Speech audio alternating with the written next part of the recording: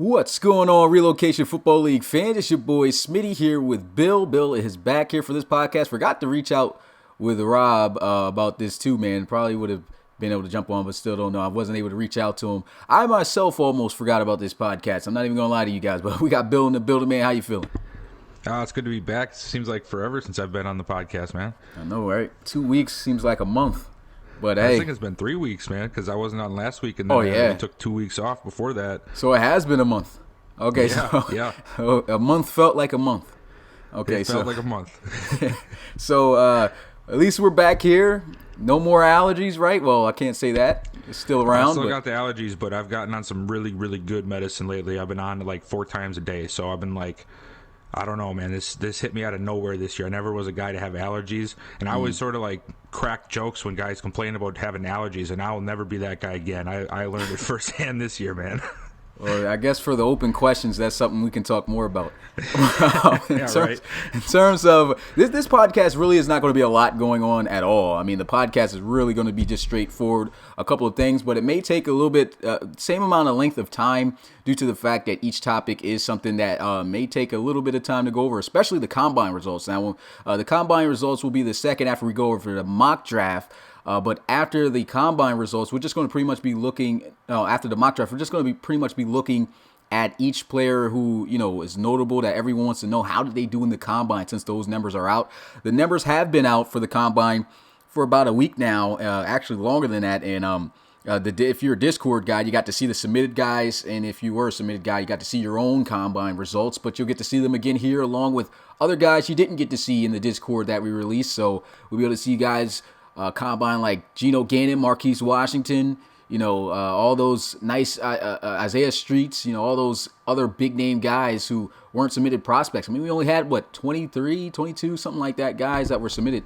All right, Bill? Yeah, we didn't have a whole lot last year, man, but it was sort of, we had that crazy 2 rookie series or college series going on at the same time, so we didn't have a lot of time, but so not a lot of guys this year for this upcoming draft, unfortunately. Yeah, this upcoming draft, though, after this, we'll talk a little bit about the college series, too, in terms of what we're trying to do beforehand, of course, with the commitment day. But we'll talk more about that after we talk about the, coach stuff and the combine stuff. But as you see right here on the screen, let's talk about Noah Underhill, our very highly credited insider. He made a mock draft for the RFL, and we put that up on social media. A lot of guys reacted greatly to that, and I thought it was a real great mock draft on top of that. So what we're going to do is pretty much we're just going to go through who he thought was going to get picked and just your thoughts on each of those picks. You ready, Bill? I'm ready. Got it right in front of me. All right, so starting off with the first 8 picks, these were the predictions, of Noah Underhill. And he first started off, which I'm pretty sure the first one was a no-brainer here. We pretty much all know that the Bulldogs most likely are going to pull the trigger on drafting Drew Brewer out of Ohio State with the number 1 overall pick. Anything you want to say to that, Bill, or is that just spot on? That's spot on. I don't see. I mean, you can say some of these quarterbacks, but you don't make that kind of move for the Bulldogs if you're not going up there to get the bear. So that's spot on in my book. Yeah, and of course we already know how Coach Reed feels towards his starting quarterback already. Why go out and draft Marquise Washington and Geno Gannon, especially when you got a defensive talent like this? And Coach Reed comes off, in my opinion, a little bit more as a defensive guy, talked about defense and making them better, which he did as the season progressed. And so I think this is definitely a great pick. Prediction in terms of who's going to be taken off. I don't think anybody is going to think otherwise. And so Drew Brewer looking like he's going to be, I think is he going to be the second submitted draft player to get picked number 1 overall? The first one ever was Ethan Long, but I have to look into that. And Drew Brewer might be the second guy ever as a submitted player to get drafted. So big news right there.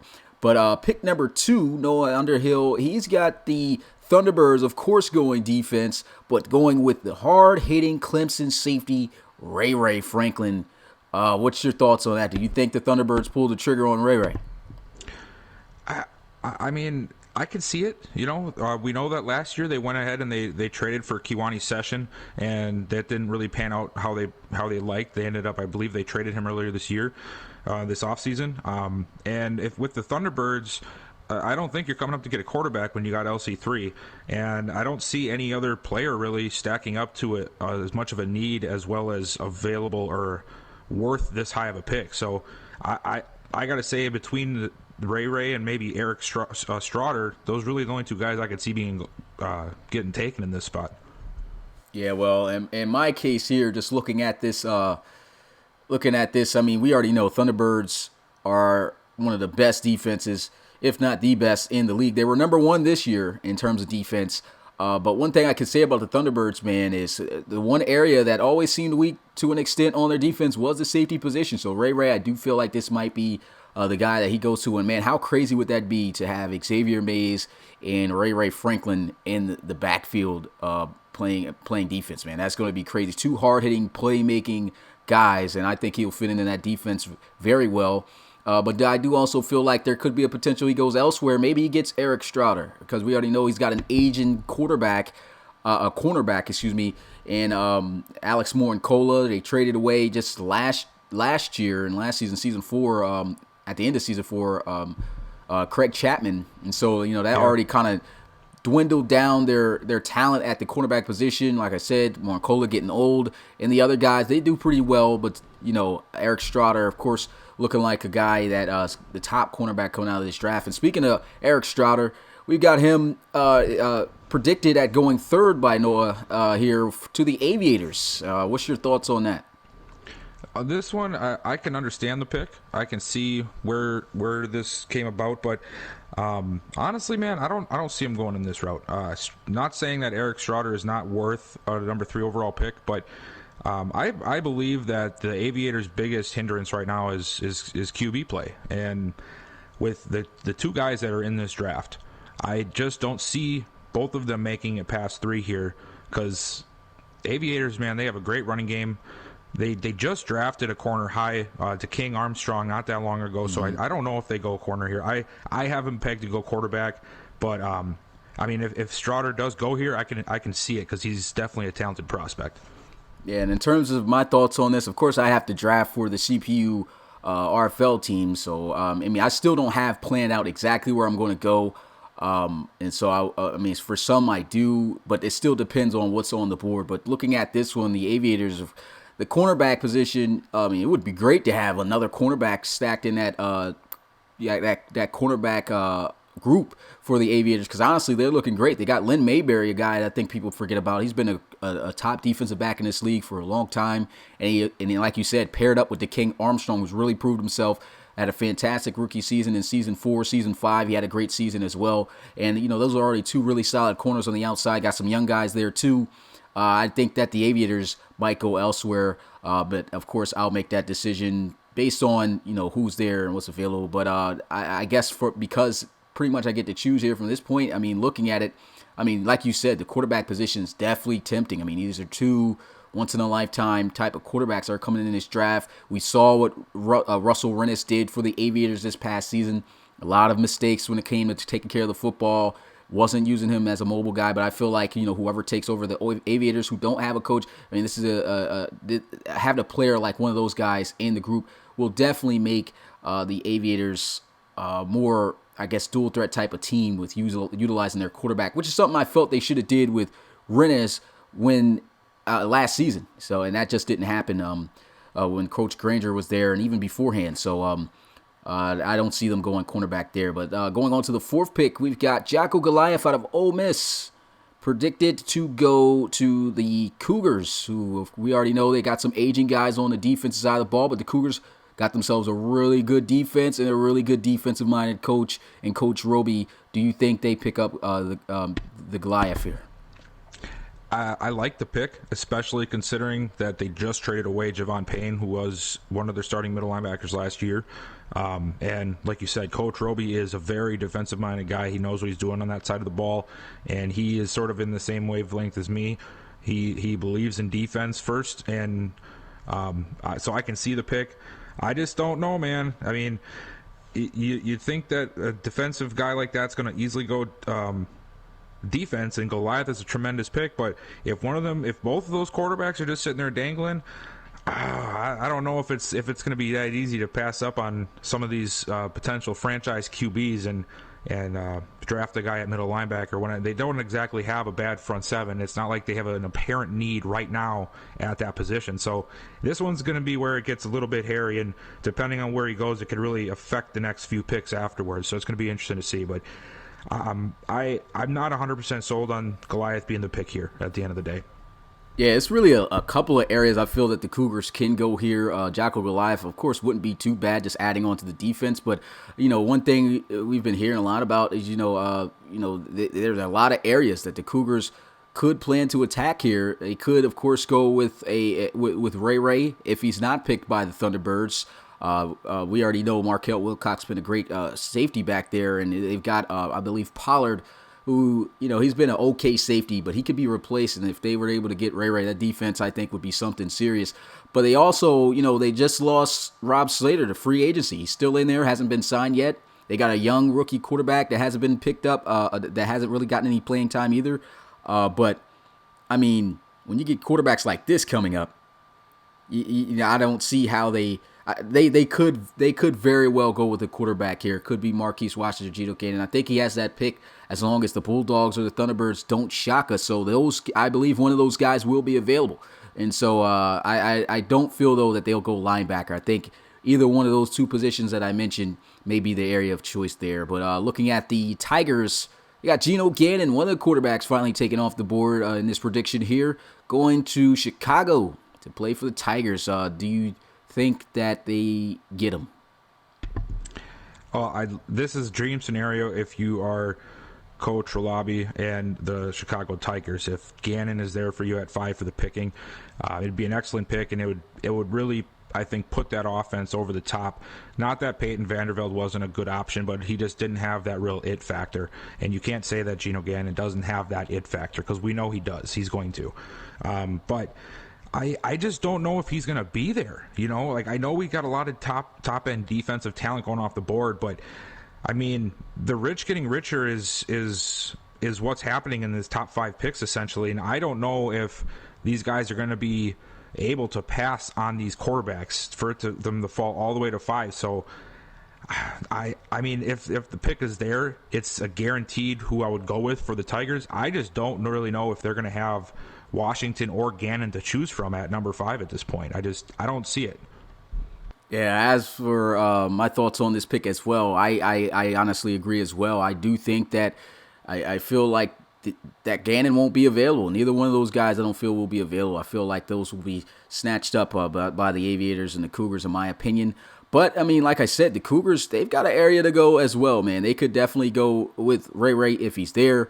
I've even heard him talk about Strouder to an extent. So, I mean, if he gets Strouder, I keep saying Strouder, but Strouder, if he gets, it's a possibility he could be there. And that's what the Tigers are hoping for. They are really hoping that one of those quarterbacks fall, because that's a big reason on why they let Vandervelde go. And it would definitely hurt them if he is not picked up with if none of those quarterbacks do fall to him, because if not, then they're gonna have to look at trying to possibly sign Vandervelde back. I'm pretty sure he'll probably be a little bit cheaper, but still no improvement there. But hey, if neither of those quarterbacks are there, I really feel that they should go defense. I mean, on the defensive side of the ball, I think they struggled a bit this season. I don't know where on defense. There's a couple of areas they could definitely address. I think they got some pretty good cornerbacks out there, though.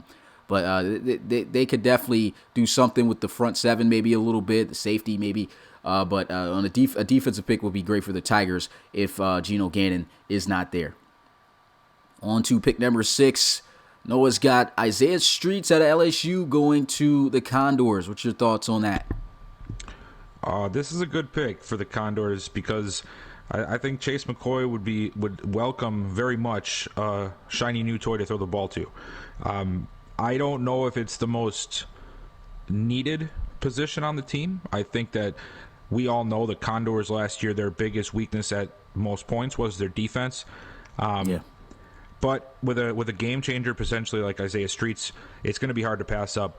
I'm okay with the pick. I think it's a very solid chance he could go here, just for the fact that, I mean, once Brewer and Strouder and Franklin and potentially Goliath are off the board, which one of those defensive talents do you really feel the need to take 6 overall. So you might have to go ahead and just take the best player at the best position right now that's available, and Isaiah Street seems to be that. So, I think it's a solid pick. I'd like to see him go defense here, but if not for defense, Streets would definitely be the guy for me.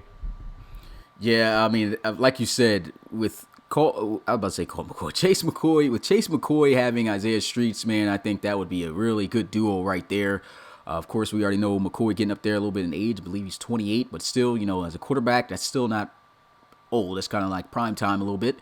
But Isaiah Streets, man, that wouldn't be a bad boost to the offense, that's for sure.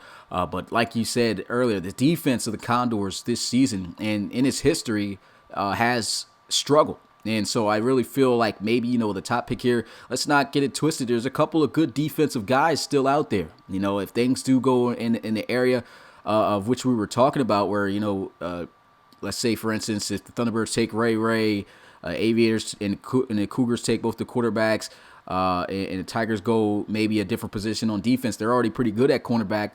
Maybe the Condors go Eric Straughter, maybe really boost up that secondary, because that's the area really they struggled as well. They really don't have depth at that cornerback position that is talented to hold up with most of those high-powered receiving offenses. So I think that Isaiah Streets would be a good addition if they pick him.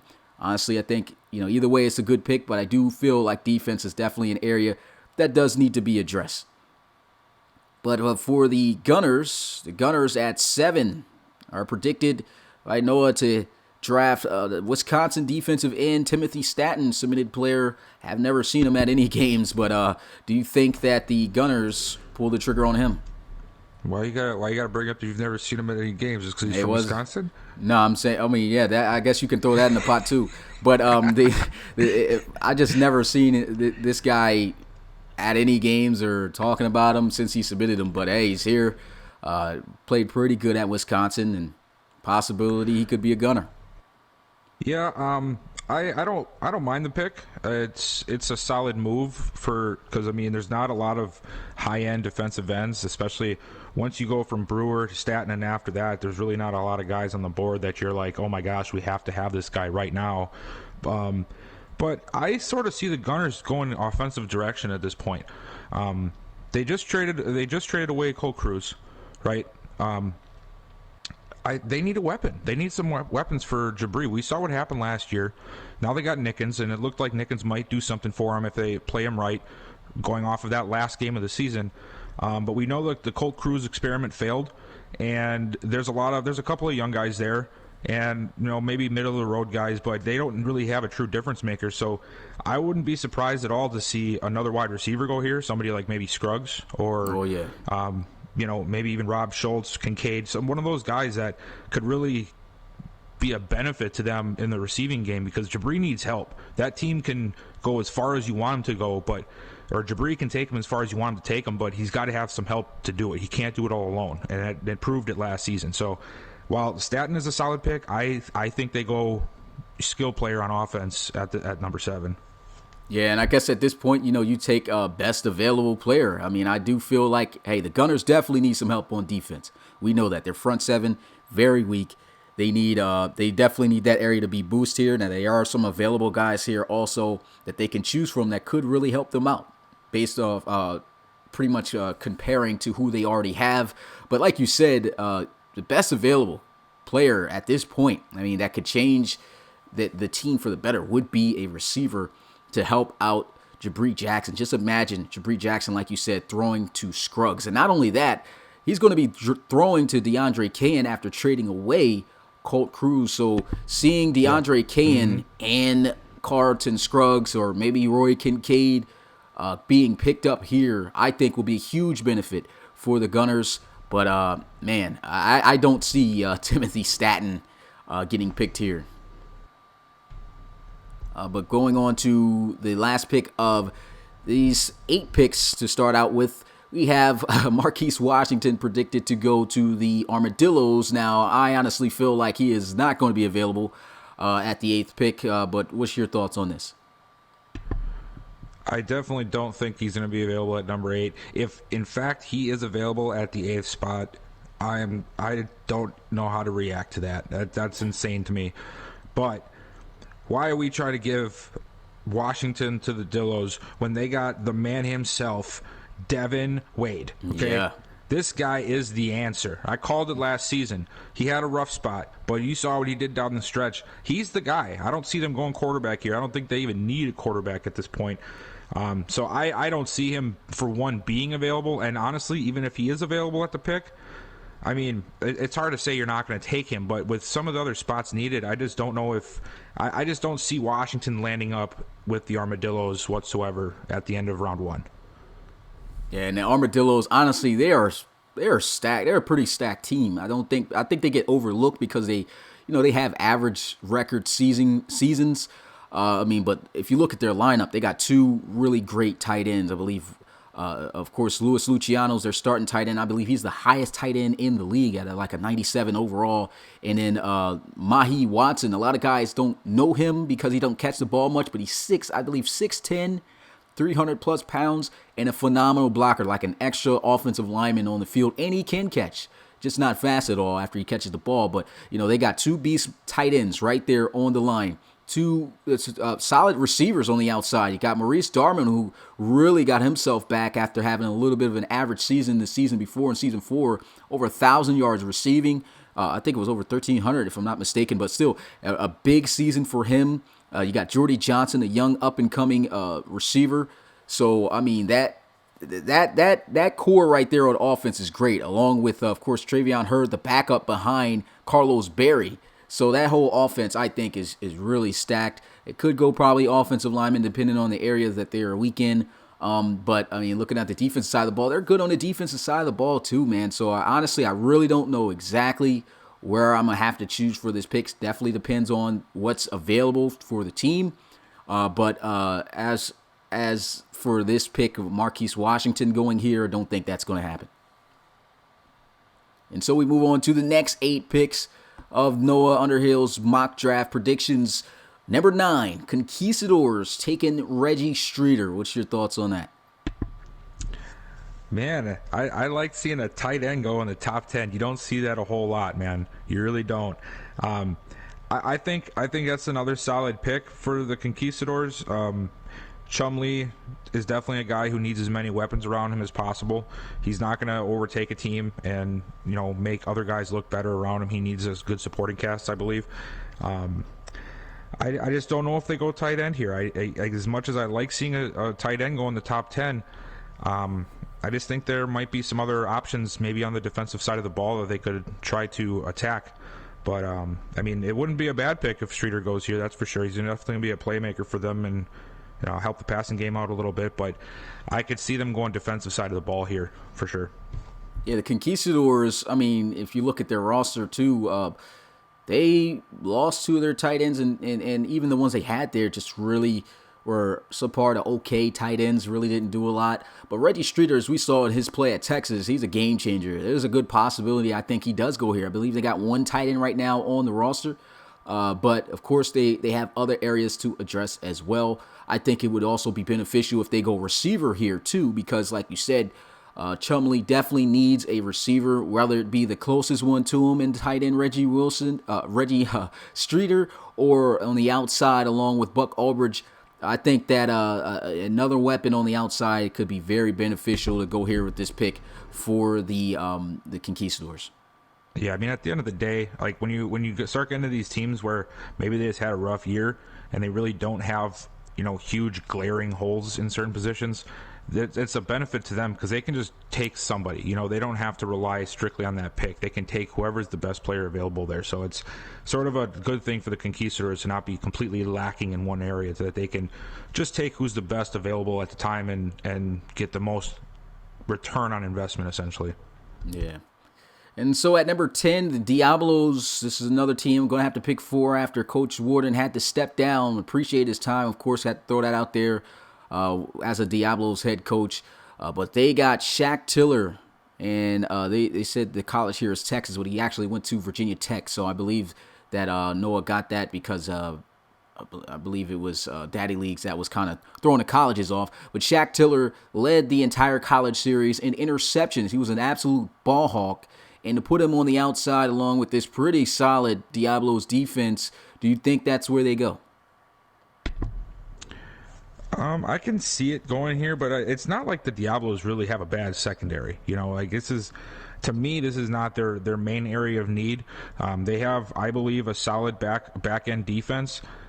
Maybe a good contributor up front, like in the front seven, might be better for them here.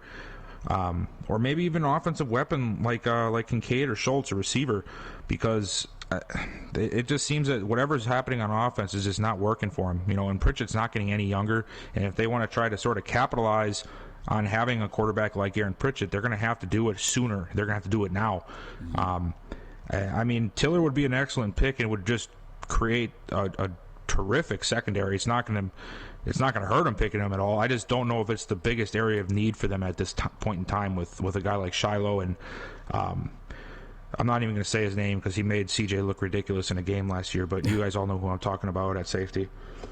Yeah, so not even going to mention his name either, just to save you the embarrassment. But in terms of this pick, like you said, it would be good to have another good cornerback outside there, but I think they could probably go elsewhere here as well. Like you said about the quarterback position, maybe this could be the pick where Parker Thomas goes. It could be a possibility that happens. Or maybe even Kevin Crockett, depending on who's there. But I'm pretty sure because I don't get to choose in between who's top available in the position, it would be Parker Thomas. Pretty sure he's not going to be picked up until this pick. So Parker Thomas could potentially go to the Diablos to be the replacement for, Pritchett and, of course, Kowalski in the future. But, there's also other areas maybe they could address as well on the offensive, not the offensive line really too much, but on the offense. I mean, they got really good. They got good receivers too, good running backs. So honestly, man, I think quarterback could be a really good spot, but this could be also a spot where you get the best available. There could be other areas that they could address on that defense side of the ball, like you said, their front seven. So not really sure where they go here, but they could possibly go with Shaq Tiller, but don't see that happening, to be honest. So I don't think that pick would be the case. So at pick 11, we had the Snowhawks. Of course, they're not getting their first 4-round picks due to the draft scandal. But at 12, this is no longer the Bulldogs pick. They traded this pick away to the Steamers. And so the Steamers will now be picking 12. And at 12, they had Noah had the Bulldogs picking Rob Schultz at wide receiver. But with the Steamers being in this spot, who do you think or what position do you think the Steamers go with? Well, I don't believe that they're going to be going receiver. That's for sure. I just don't. They have a lot of receivers. 3 receivers made the Pro Bowl. Exactly. They don't need a receiver. I definitely don't see them going. I don't see a running back going this early. If we had one that was a bona fide game breaker, I would maybe say we could see a running back go here. But they still have Kerrigan. It's not a complete end of the road for him, but it saw last year that he had a hard time staying healthy. I'd have to say defense, and the really only spot that they really need some help with, I think, is in the secondary. Before we say this, because I thought that Coach Reed and Justin traded for the first round pick, so I must have read that trade wrong. So I'm assuming the Bulldogs still do have this pick. So I have to look back at that because I'm pretty sure it said you guys were like swapping first or trading that out. Oh, yeah. So what are we thinking? The Bulldogs and the Steamers are in opposite files. They would have never done that. Yeah, I am tripping. I don't know how that even came about. So, oh, good. So who did he trade with again? I think that was you're talking about Bulldogs and he traded with the Elks. Okay, I was definitely ahead of myself. The Elks he traded with. I don't know why I thought it was the Bulldogs. So forget that mix up. And I don't even know how I even thought that was possible. Like you said, cross conference trades just don't happen here. But okay, so back with the Bulldogs here. Do you think they take Rob Schultz?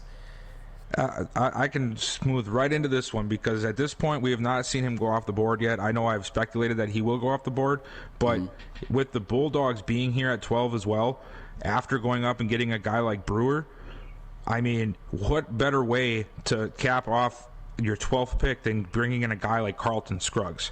I like Rob Schultz. I like Roy Kincaid. I like most of the receivers in this class.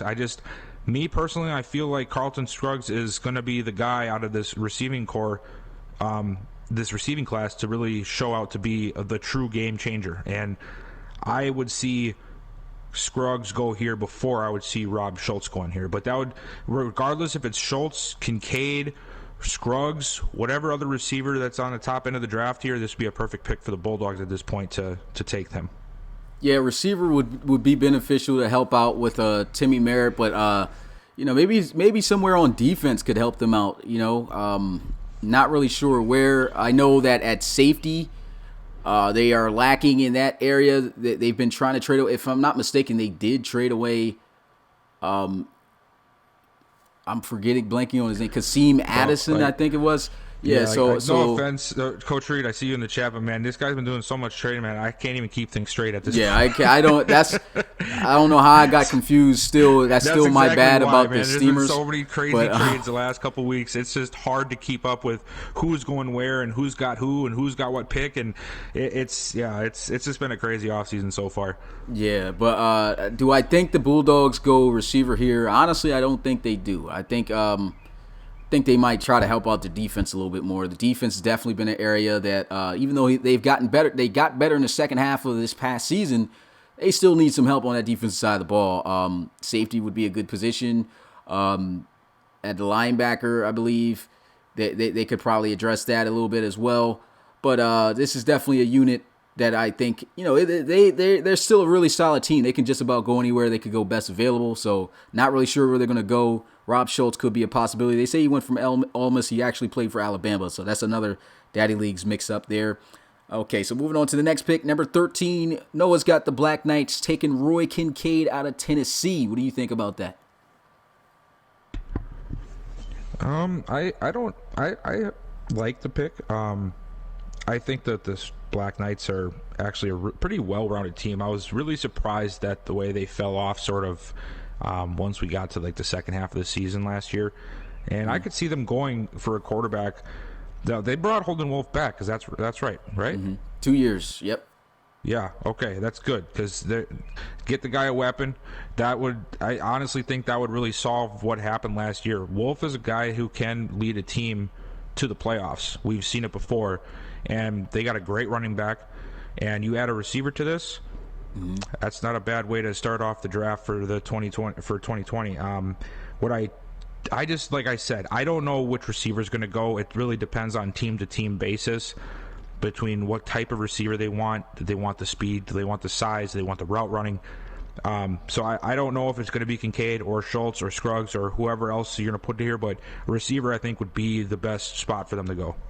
Yeah, this is definitely an area that needs to be addressed, and with the receiver talent that's coming in out of this draft, I mean, this would definitely be a good area for the Black Knights to go. But of course, for me having a draft once again for another CPU-controlled team, I do feel like defense is another area for this team that has not been that has been struggling. And, this team has definitely been known for its offense and Holden Wolf throughout its franchise history. But I do think you get him a target because he's had pretty much the same targets throughout his entire career with the Black Knights. And so I do think that, getting one of these new young guys coming in to take over would be a great addition for the future for the Black Knights. So Roy Kincaid or pretty much whoever at the receiver position, if best available, is sitting there. I think that the Black Knights do go receiver here. And so moving on to the next one, this is where the Steamers will take over. So no Joseph McCrary out of Penn State going to the Elks. It's now, where do you think the Steamers pick here? There's only two spots that I think I pretty much covered what the Steamers were going through right now, so I'll just get right to it. There's only two spots I think they need to go. One is offensive line, because we know that they need some help on the O-line, and secondary. So if the best lineman doesn't go off the board here, I think it's got to be somebody in the secondary. Could be a corner. I would think maybe a safety. They really like the guys they have at corner. You see a guy like Chappell going here, or AJ Bowen. One of those guys in the back end of the secondary, I think would really benefit the Steamers right now while they sort of come into their own with all these young guys, because their front seven is pretty good on defense. They're going to come into it, maybe not this year quite yet, but a year, 2-3 years down the road, this is going to be a dangerous defensive unit after the couple of drafts and off seasons they've had. adding a back end safety that could grow with them is going to make them dangerous. So if they don't go there, offensive line, you can never go wrong with drafting an offensive lineman. But yeah, I'm gonna call safety at this one. Yeah, I believe safety is a good area. Safety or offensive line. If they do decide to go safety, you already know Ray most likely going to be off the board. But not too many other teams really talking safety. I skipped the Black Knights as another team that could use a safety with their pick beforehand. But I mean, I feel like for the most part, other than Ray, they may have access to go anywhere at the safety position after anybody at the safety position. And if without no Ray, like you said, got Mansour Chappelle there out of Stanford. You got I believe Calvin Carr. Greg Pounds, couple of guys. That Greg Pounds out of Florida State was pretty good. So I mean, they could go safety here. They could go offensive line, something that's can really help them up front and keep the offense and Reed Wagner protected. So not really sure where they go here, but those are the two main areas I do feel that they could go for. Moving on, we got the Diablos picking again at 15th, and Noah says Joshua Moore out of UCLA, very talented linebacker. Do you think that he's going to be a Diablo? I think it'd be a good pick for them, but I also believe that Timothy Staten is still going to be available at this point in the draft. And honestly, this is like a perfect spot for him to go in the draft for the first spot is with the Diablos here. Because I know they had my old defensive end, Rodriguez George, last year. I think he's either hit free agency or he had a big hit from aggression this year. They could really use some help on the defensive line to beef up that front four. And I mean, really, even the front seven as a whole could use some more players. So either one of those guys, in my opinion, would be a good pick. I, for one, see maybe a guy like Staten going, or maybe even Dominic Moore, I believe his name is. Yeah, Dominic Moore, the D tackle. But something in the front seven, I think, is going to go here for sure for the Diablos. Yeah, I'm not sure if my phone is ringing here. Hopefully it's not. But in terms of the Diablos, with this pick, like you said, linebacker would be pretty good. Joshua Moore's a very talented guy, but they got some young linebackers already. They're still pretty much young and developing, and they're already pretty much mid to high 70s already. So why go this area?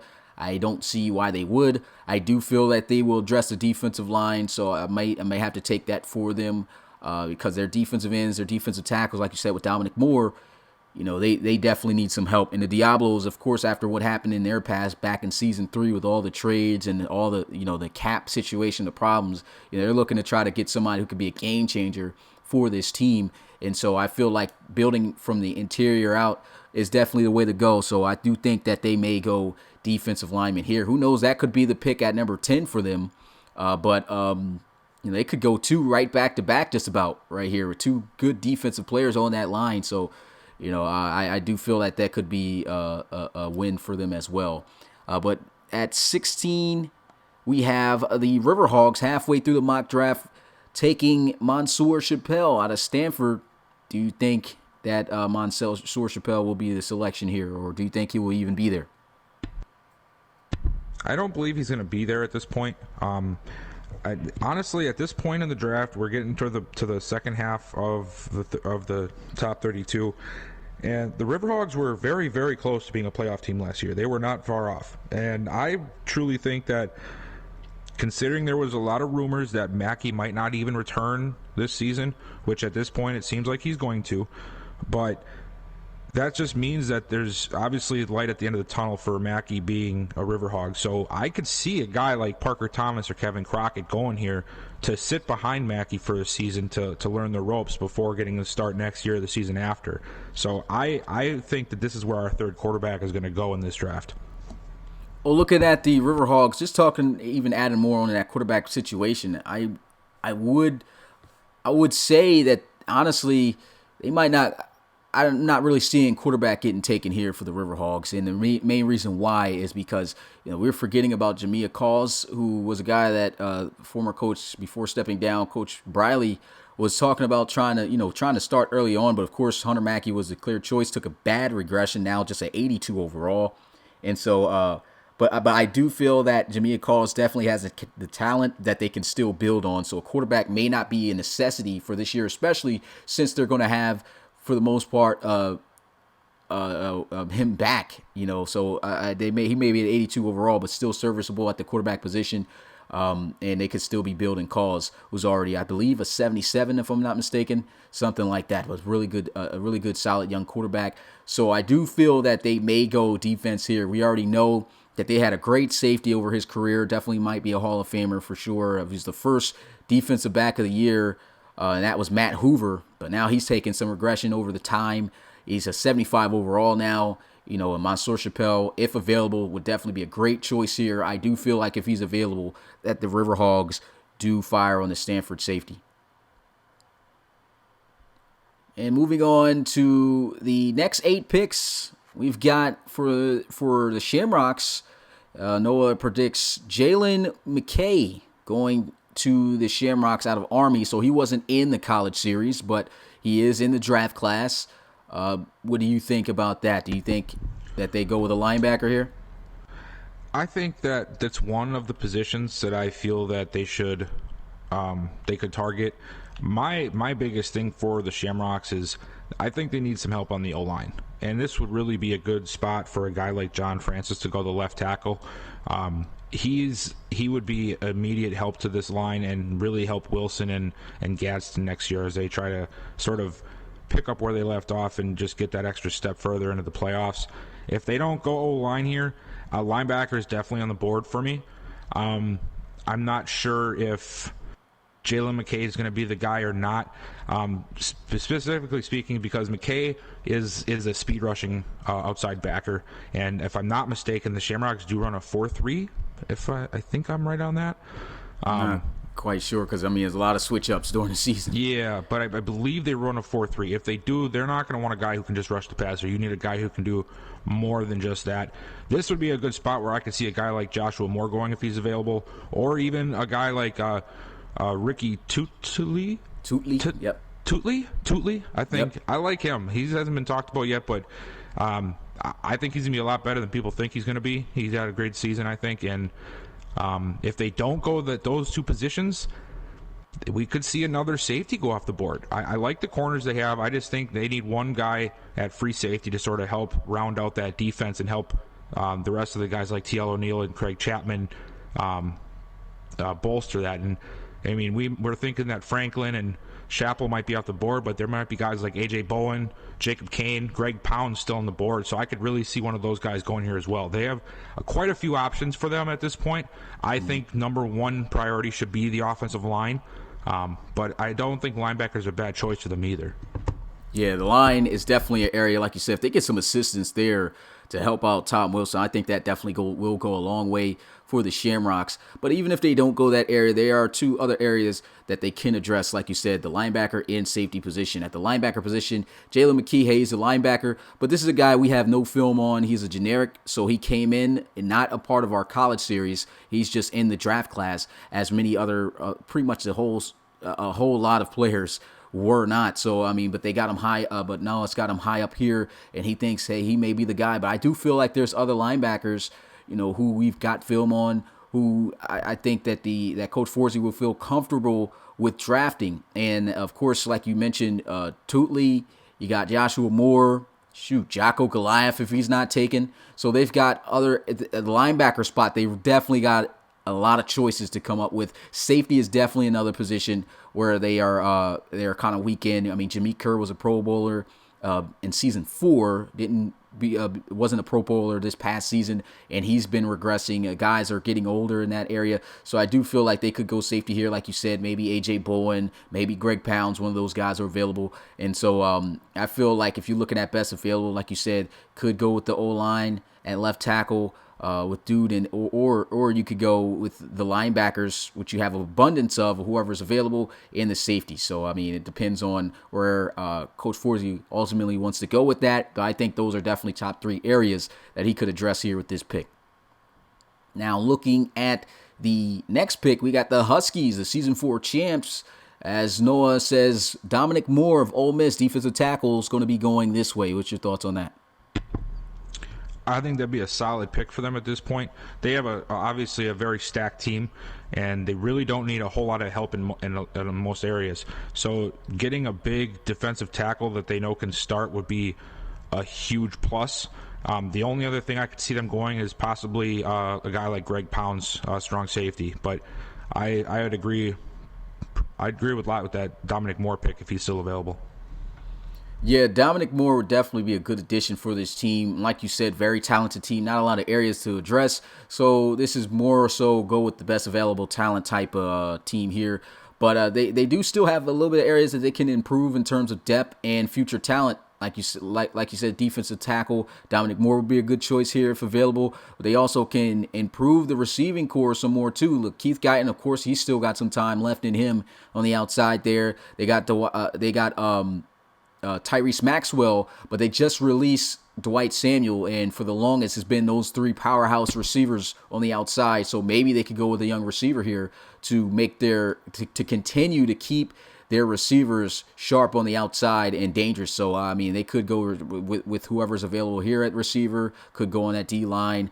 You never know where. But a big area also they could go is definitely offensive line. We already seen they struggle with the offensive line this year with protecting Brady Hudson. So, I mean, a couple of areas they can address here. I think their biggest area of need, if they do have a need, would be offensive line. And not many, I believe, at this point would be picked. But there's not really a lot that I think our coaches or we in general know about the offensive linemen in this draft, other than seeing the ones that was in the college series watching film. But other than that, I do feel like the Huskies, they might go with if there's a lineman that they like on the offense, they go with that, or with a defensive lineman or receiver. Next pick, we have Roland Carter out of UCF going to the Diablos. Do you think that this is a possibility? I could see Roland Carter going here for the Desperados. I mean, I love defense, and I would love to say just pick a bunch of defensive guys, and he could definitely take over for a guy like Wakefield, who's going to be 30 this upcoming year. They really don't have a lot of young talent at the linebacker position, so this would definitely be a good spot to start. If he's not there, or if he's not the pick, I could also see another receiver going here for the Desperados, but I could see Carter going for sure. That would be a solid pick. Yeah, wide receiver would definitely be a good area for them as well, but the linebacker core, we already know that they've took a big hit. Jason Williams, a great linebacker. He was one of the original top 3 best players overall on the team when the team first expanded back in season 2. He retired this year, and so that linebacker core is going to be a little bit weak there. We already know that Nolan Harrell, great linebacker, but he's taken regression hits as well. I do think that they go with the linebacker in this area, and I do think that Roland Carter would be a great choice here, so it's a possibility. So I would give the thumbs up on that pick, but could go with receiver as well in other areas. But next we have the Houston Voyagers, and they've got the Florida running back Tommy Bigbee, and this was spelled wrong. It's Bigbee without an S, not Bigsby, but they got him going to Florida. What's your thoughts on that? I said going to Voyagers, not Florida. My bad.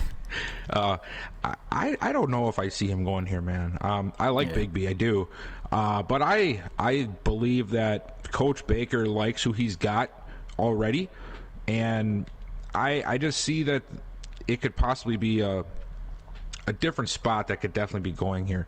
I'm just trying to see here just jump into the roster here quick so I can get a better idea. Yeah, because I mean, we all, I don't know if this was announced yet or not, but John Walton, the former receiver, has moved to running back. They have Terrence Ward. They have BJ Callaway still. They have guys there at the running back position. I don't think it would be the biggest area of need. They have talent at receiver. Quite a bit of them are a lot older, so I don't see them possibly going there. I might see another defensive pick here. Offensive line could use some help, but I'm really not 100% sure on which way he's going to go yet. I think Baker's a guy who could still do some rearranging on his defense. And maybe draft another safety. I'm really not sure. I just don't see it being a running back. I just think that there's too many guys there already, and it just would be a wasted pick at this point. So I'm not 100% sure on what I would put here, but I don't think that Bigby goes at this point. Maybe a quarterback. Maybe a quarterback. Glenn Hayes getting older. I'm not 100% sure, though. Yeah, in terms of that, I really don't see a running back going here. Like you said, they got a lot of guys already talented in that room, especially T.J. Ward, and they just made the change to John Walton being moved from receiver to running back. That, just to put out there, and just in case coaches didn't get the announcement, has been banned. No longer, after that, no more receivers can be converted into running back. That's just, in my opinion, it's just a little bit cheesy. So we're just going to get rid of that. And just looking at the overall, I mean, the guy is 82 over Terrence Ward, and this is his first time moving to running back. I just don't like, just like that in general. But, hey, he made the move, and I can't go back on it. But at the end of the day, even if he did make that move, and it was just Ward and Jesus Lord, what? Apparently, this was the pick for the Bulldogs you were talking about. They traded this to pick to the Bulldogs, the 20th pick. Oh man, I can't even have the draft. Should have brought the draft sheet up here. I mean, the trade sheet with me. There's so much stuff going on, guys. We apologize for being so out of sorts, man. We're trying to get everything ready for the draft, and we've got other stuff we're working on. And then on top of that, we got trades getting sent different ways every day. So we're playing catch trades up. Still going on after this. So I mean, even these, so what we just went over, we don't know. Yeah. So in terms of that, man. Okay, let's talk about the Bulldogs again. Then, where do you think they would go with this pick? I don't know, man. They already got 2 picks. I had them taking a receiver, the last one, and I had them taking obviously Brewer with the first pick. I really don't know, man. Where do you have them take a quarterback here if they don't already take one for the future, or are they sticking with Timmy Merritt for the next 10 years? There's a lot of possibilities when you have 3 first-round picks. Well, you said Drew Brewer in the receiver possibly. I think if they do that, I think they definitely go defense with this next pick somewhere. And like I said, they said that he hasn't been traded yet, which I kind of figured he was because Coach Reed has been definitely trying to propose to get Kasim Addison out of London. But maybe he still finds a way to try to dish him off and gets a safety out of this. So I think maybe safety is an area they might go, or maybe a cornerback. I think they still got some pretty decent cornerbacks still out there. So I think defense is the pick. Moving on to the Crusaders, A.J. Bowen, not out of Pittsburgh, but Penn State, going to the Crusaders. Do you think that the Crusaders pick A.J. Bowen to be their quarterback of the defense here? I could see them going safety here. I don't think that'd be a bad pick for them at all. We all know that while last year the Crusaders had a very dominant offense for the majority of the season, that the defense is what sort of struggled for them, and they need some help there. So I could very easily see them going A.J. Bowen here. If he's still available, I'd say pull the trigger. He'll help out the secondary tremendously, and it would also give more flexibility to a guy like Mulback, who I'm pretty sure, if I remember after playing him twice in a row, that coach likes to move him around the defense. He likes to play him at corner and in the slot. So getting a safety here would just give a little bit more versatility for his secondary that he has now. So yeah, I think it's a good pick. Even if it's not Bowen, another safety here would be an ideal pick for me. Yeah, and this is probably one of those drafts where usually you don't hear about a lot of safeties possibly being picked, but safety is definitely an area that I think some teams definitely need. Crusaders especially, we already know about their defense. Their defense over the years have not been good. Some games they've been good, but a very inconsistent group. Even this past season, and like you talked about with the guys being moved from safety to corner, the secondary was definitely the worst part of the defense, I feel, for the Crusaders this past season. So I definitely feel that they either go cornerback or safety here. A.J. Bowen would definitely not be a bad pick if available. But maybe they go cornerback, because honestly, I feel like the cornerback position was just horrible. They couldn't stick with guys on the outside. They were constantly getting burnt, constantly getting beat by receivers, even those average receiving teams. So I mean, I really feel like cornerback would definitely be a great area to go here, and I don't think too many would be taken off the board either at this point. But I don't think not too many will be taken off the board for safety either. So I do think that he's going to go with either one of those spots at either safety or cornerback. But that defense is definitely an area that needs to be addressed in later picks, which I'm pretty sure he'll go after. Looking at the next pick, the Sentinels at 22. They say Brendan Warner out of LSU going to Orlando. Running back, what do you think? I like the move. I think that the Sentinels definitely wouldn't be wrong for going running back. I love Whitfield, but it's no secret he's getting older. And while they do have a guy like Skyback, do we know if he can be a 3-down back, really? He seems more of the guy that comes in on 3rd down and in passing situations and sort of just, is the relief for the starter. So I don't think that they really want to rely on him to be the primary guy. I could see Warner or Bigby going here. I think Bigby would still be available, so I could see him probably being the first pick. If it's not a running back, I'd see a corner going off the board here, because while Coach Armstrong's done a great job of retooling the front seven, I think, with linebackers and young guys on the D-line, the corners are starting to get up there a little bit in age, and they're going to need some guys back there. But I do think that a running back could be a solid pick here, even though Whitfield is still there, because who knows what's going to happen when these guys take these regression hits, man. You never know. They might not change at all, or they might not be the same person whatsoever. So it's better to get ahead of the game than try to catch up afterwards. So I can see that happening here. Yeah, and at running back, like you said, wouldn't be a bad spot. Kind of aging there with Whitfield. Had a phenomenal season, though, by the way. But I think they could go receiver here as well. I mean, you already saw what they got out of the rookie this past season, Trey Cook. He was only one out of the two to reach, only one of 2 rookie receivers to have over 1,000 yards, pairing him along with Sean Akasa of the Marshals. So, I mean, and one of their receivers just retired, Keenan Drayton, who's been on the team since season 1. So a receiver, I think, could be a great addition here too for the Steamers. I said the Steamers, for the Sentinels, because I just feel like that will definitely help out DWJ at the quarterback position, and they could get a running back too, but they do have Jet Skyback too that Coach Tor Armstrong has been molding. So I'm not really sure where they go here, but I do feel like either way, offense might be the choice here. Maybe they go somewhere on defense, but I think either a receiver I think would probably be most important due to that loss, or a running back would be a good spot here. So maybe Brendan Warner is the choice, or maybe they go elsewhere with a receiver. But at pick number 23, John Francis, the left tackle, the guy you predicted that the Steamers might take. They say he'll be taken here at 23 by the Steamers. I think that's kind of spot on, not really too much to say. What do you think about it? I think it's spot on, but I want to ask the chat here, since apparently we do not know anything tonight. Who's picking here, guys? is the Steamers picking here? This is where they trade? Did they trade the 23rd pick to up to 16? I think this is their actual pick. Is it? Yeah.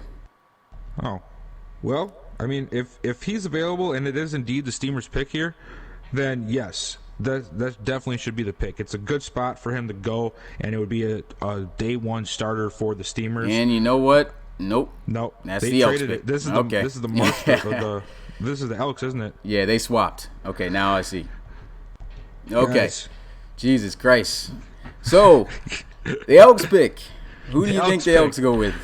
Oh man, I don't know. Let me reconfigure my tools here. The Elks. They have a decent line. Can maybe use another defensive lineman. This is the spot, I think. I think they need to go secondary. Obviously they got Garrison Ash, but I think they need a corner. I think a corner would be a solid pick here. They have Samuel McGriff, DJ Vaughn. And Cameron Ross played excellent last year, the rookie from last year. But a lot of these guys are 30, 28, 30, 31, 31. I think that they need a young guy for that secondary. And I think that could be a solid pick for them at this position. Yeah, defense I think could be a good spot. If they don't go defense, they go on the offensive side of the ball. I think possibly another receiver. Because I think DeAndre Mail and Rashad Herrick did pretty okay, but Mail was kind of quiet. They had an average receiving year. My gosh, yeah. So they could go to the receiver. I'm on board with you now, man, because their average their average age at receiver right now, I believe, is 29. So yeah, so I do feel like receiver is definitely a good area they could go. But on defense, cornerback, they're not really bad at cornerback. But I think at this point there will be a lot of receivers probably taken off the board. But if there's still a good one left on there, which I'm pretty sure there'll still be a couple, I think it would be good for them to go receiver. Pick number 24, we have the Bulls taking your boy Carlton Scruggs out of Ole Miss. You think this is going to happen? Nope. I don't think he'll be there. I don't think he's going to be there. If he's there, then yes, the Bulls better pick him. But I don't see him being there at this pick. I think he's better than he's been touted so far. I think he just sort of had a bad rap with some of the packages that he was put in when playing at Ole Miss last year, and I don't think we really got a chance to see the true form of Carlton Scruggs to his fullest extent, which is why he's fallen down the board here. But I do think that they should go receiver, I believe, because, Freeney did good, but he's old. Griffin Kashama's getting old. Yeah, old. They just, aside from Carlos Luzon, everybody here is already pretty much over the hill. So I could see them going receiver. I just don't see it being Carlton Scruggs. A guy like Schultz or Kincaid would be a good spot to go here. Oh, yeah. Yeah, I think receiver would be a good spot, too, for them. So that's a possibility. Don't feel like Carlton Scruggs will be the guy left there for them to take. But they could definitely go with a receiver. On the defensive side of the ball, they're pretty good in most areas, but their linebacker core has taken a little bit of hit. Maybe they could get a linebacker, maybe a defensive lineman. Their defensive tackle made the Pro Bowl, but he was very low overall, but he got good production out of him, so I don't know. So, I think if they don't go with a receiver here, they definitely go somewhere in the front seven for the defense. And that's pretty much all I got for that. And for the last 8 picks, let's start at the top. Thunderbirds on the board again. This is the second out of 3 picks that was given to them. But Devin Flores out of Notre Dame is predicted to go here. The speed, deep threat. Do you think that they acquire him? I think this would be a solid spot for a receiver. They sort of did a house cleaning at receiver, it seemed, this offseason, with Lansana getting sent out. And obviously, Kayan last year. So I can see them definitely going receiver here. They're going to have somebody to throw the ball to for LC3. I'm not sure if it's going to be Flores, but I do see a receiver going at this point. Yeah, I think a receiver has definitely got to be an area to go to right here for the Thunderbirds. Probably the best time to take one because, like we said in previous picks, there's a couple of teams that need a receiver and probably won't have an opportunity to pick a fairly good one that could lead your team possibly in the future and be a great gem. So I think a receiver is definitely a spot that the Thunderbirds go here. For the Marshals at pick number 26, you got Tremont Eckel of San Diego State, not in the college series, so we have no film on this generic prospect. But do you think that the Marshals go lineman here at guard? I could see that going. I could see them going guard here. They do need some offensive line help. They've tried. They did Coach Rommel did a pretty good job throughout free agency, retooling the O-line. Getting a good young guy in there though that could really help establish a new future for the O-line would be, I think, beneficial. I would be okay with another low offensive lineman going off the board here. Yeah, O-line is definitely a good area for them. I think that they would need some help at. Also, once again, deep receiver class. Might need a receiver. The 2 outside guys who've been killing it for the most part since they jumped in as free agents back in, I believe, season 2 or 3. One of those. They're 30, and they're pretty much they've taken a little bit of regression. I think next year is going to be even harder when they need to bring in maybe some other guys for Tyler Agramonte to throw to. And Agramonte, too, getting up there in age. I believe he's 28, about to be 29. So receiver could be a good spot here. Linemen, though, to protect him, I think are more important. So they could definitely go there. D lineman, maybe they could go with the DN because at defensive end they got James Blackman. He's a great guy, but I think they just traded away Scipio. Yeah, they traded away Scipio to the Thunderbirds, and so now they have no Scipio there. He was starting at DN, and he was a 77 overall starting for him.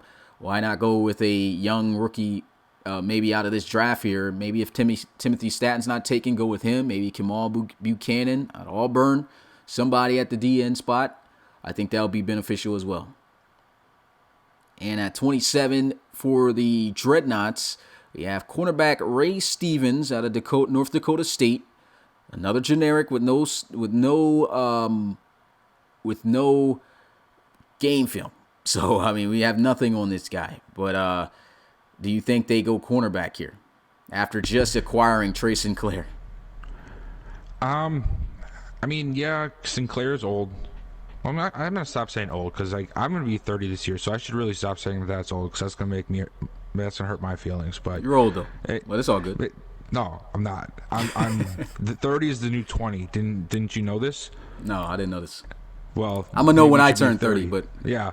But anyway, they do have an aging secondary, but they do have a lot of talent in the secondary. So I don't see this being the pick. And I know Noah's in the chat like, oh, you guys think I'm not doing a good job. That's not the case at all, man. To me, yes, you pick for age to replace your aging veterans, but you also want to try to, especially a team, when you're getting to this back, like after the 20th pick, these are all playoff teams or guys who are almost a playoff team. So it's really not about rebuilding. It's more about retooling and adding to what you already have. So in my mind, I think another linebacker would be a solid pick here to help them out, an outside linebacker. Aside from that, I mean, they really don't have that many holes from what I see. They don't have a ton of holes to fill. So I would prefer to see outside linebacker here. I could see a corner going, but that's just because of the fact of the age factor of the secondary they have. But if they don't go for age factor, then I'd say outside linebacker. Yeah, maybe some linemen in some areas because, I mean, I don't have the depth chart or anything in front of me, but, I mean, they could probably have someone help out, Matt some more at the quarterback position. So, that's a pretty decent area they could address. I mean, they got that tight end. They're kind of getting old there, too, so they could probably try to address a tight end there. And honestly, man, as much as I talk about this being a receiver deep draft, there's quite a few tight ends who's made a splash in the college series that are going to be up for the takings that I don't think will be picked in the first round. This could be an area where one gets chosen. But like you said, at linebacker could definitely be a spot where they go and address because they just traded away Irvin Chisholm, who I think they use mainly at defensive end. Maybe they could go a defensive end to try to look to replace him. But at outside linebacker at linebacker period too, Antonio Kellum was a beast. But he was signed out of free agency already old. I believe he's 30 now, and he took a pretty good hit. So maybe going with a linebacker would be beneficial for the Dreadnoughts as well. And for the 28th pick, the squad, the GOAT team, Celtic Tigers at 28, saying they're going to go with Tristan Price at running back here out of West Virginia. What's your thoughts on that? First off, did you just call them the GOAT team? They're the GOAT team, man. They can't be called the GOAT team. Come on now. Don't start this out. The GOAT team's at 32. I didn't even get there. They didn't even get Wait till I get to the Red Dragons. They didn't even get to the second to last dance, man. Come on now. Hey, man. They are a very good team, though. They are a very good team. GOAT team. They're not the GOAT team. Not the GOAT team. They're more like the baby GOAT team. But anyway, they're not the GOAT team. You can say it over and over again. I don't see him going running back though. I know that Worsley is 29. He's going to be 30 next year, but it's Worsley. And they got Al-Jalani. I think I said that right behind him. And then they also drafted Damian Henderson 2 seasons ago. Granted, it was under a different coaching staff, but it's still a young guy there that they can mold. And I don't think any of the running backs at this point that they're going to get are going to be better established than the guys they already have. I could see another corner going here. They got Kilo Austin last year. They have Nate Mickens. But the next guy they have after that is T.J. Green and Julius Elliott. And these guys they're 60s. Role players and fillers at best, but definitely not going to help them to potentially try to be a GOAT team in the future. Yeah, and to be honest, man, the offense is straight. I mean, they're already stacked. They could go – honestly, they don't even need to go tight end here because they drafted a pretty good one last year in Hayden Jean-Charles. 2 of their tight ends, I believe both of them got released, if I'm not mistaken. Reggie Wilson, after having a fantastic season, Celtic Tigers still didn't sign him back and let him go in the free agency, but he was already old when they got him. So they definitely were looking to go elsewhere. Another tight end got old, Darion Colvin. I believe he got released in the free agency as well. And so Gene Charles will be the guy that is going to be taken over. But they could go with the tight end there. But to be honest, now that I think about it, I don't think that they do with a pretty good 70-plus overall tight end there. So honestly, I do think, like you said, they go cornerback in this area. I think this is another draft position that you can find good talent. At the cornerback position, I think the Celtic Tigers definitely need some help. We already know the Celtic Tigers, like I said, the offense is stacked. Their defense has looked good at times, but it's like a inconsistent defense. If they could get their defense to look really good all the time, or at least very consistent all the time with making it tough for teams to score on, I think this is a team that can easily keep going back to the playoff and finally get a ring. You know what I'm saying? But hey, defense, you won that argument. You know what I mean? You did win that argument. I'm gonna be a man here on live and do that. But I still feel like it depends on whoever comes ready to play, whoever's better at that moment. That's who's gonna win. It's true, but you guys have to relish this moment here as Smitty is about to admit that our heated debates have come to a winner. What I will admit to in terms of the debate is that you were correct about,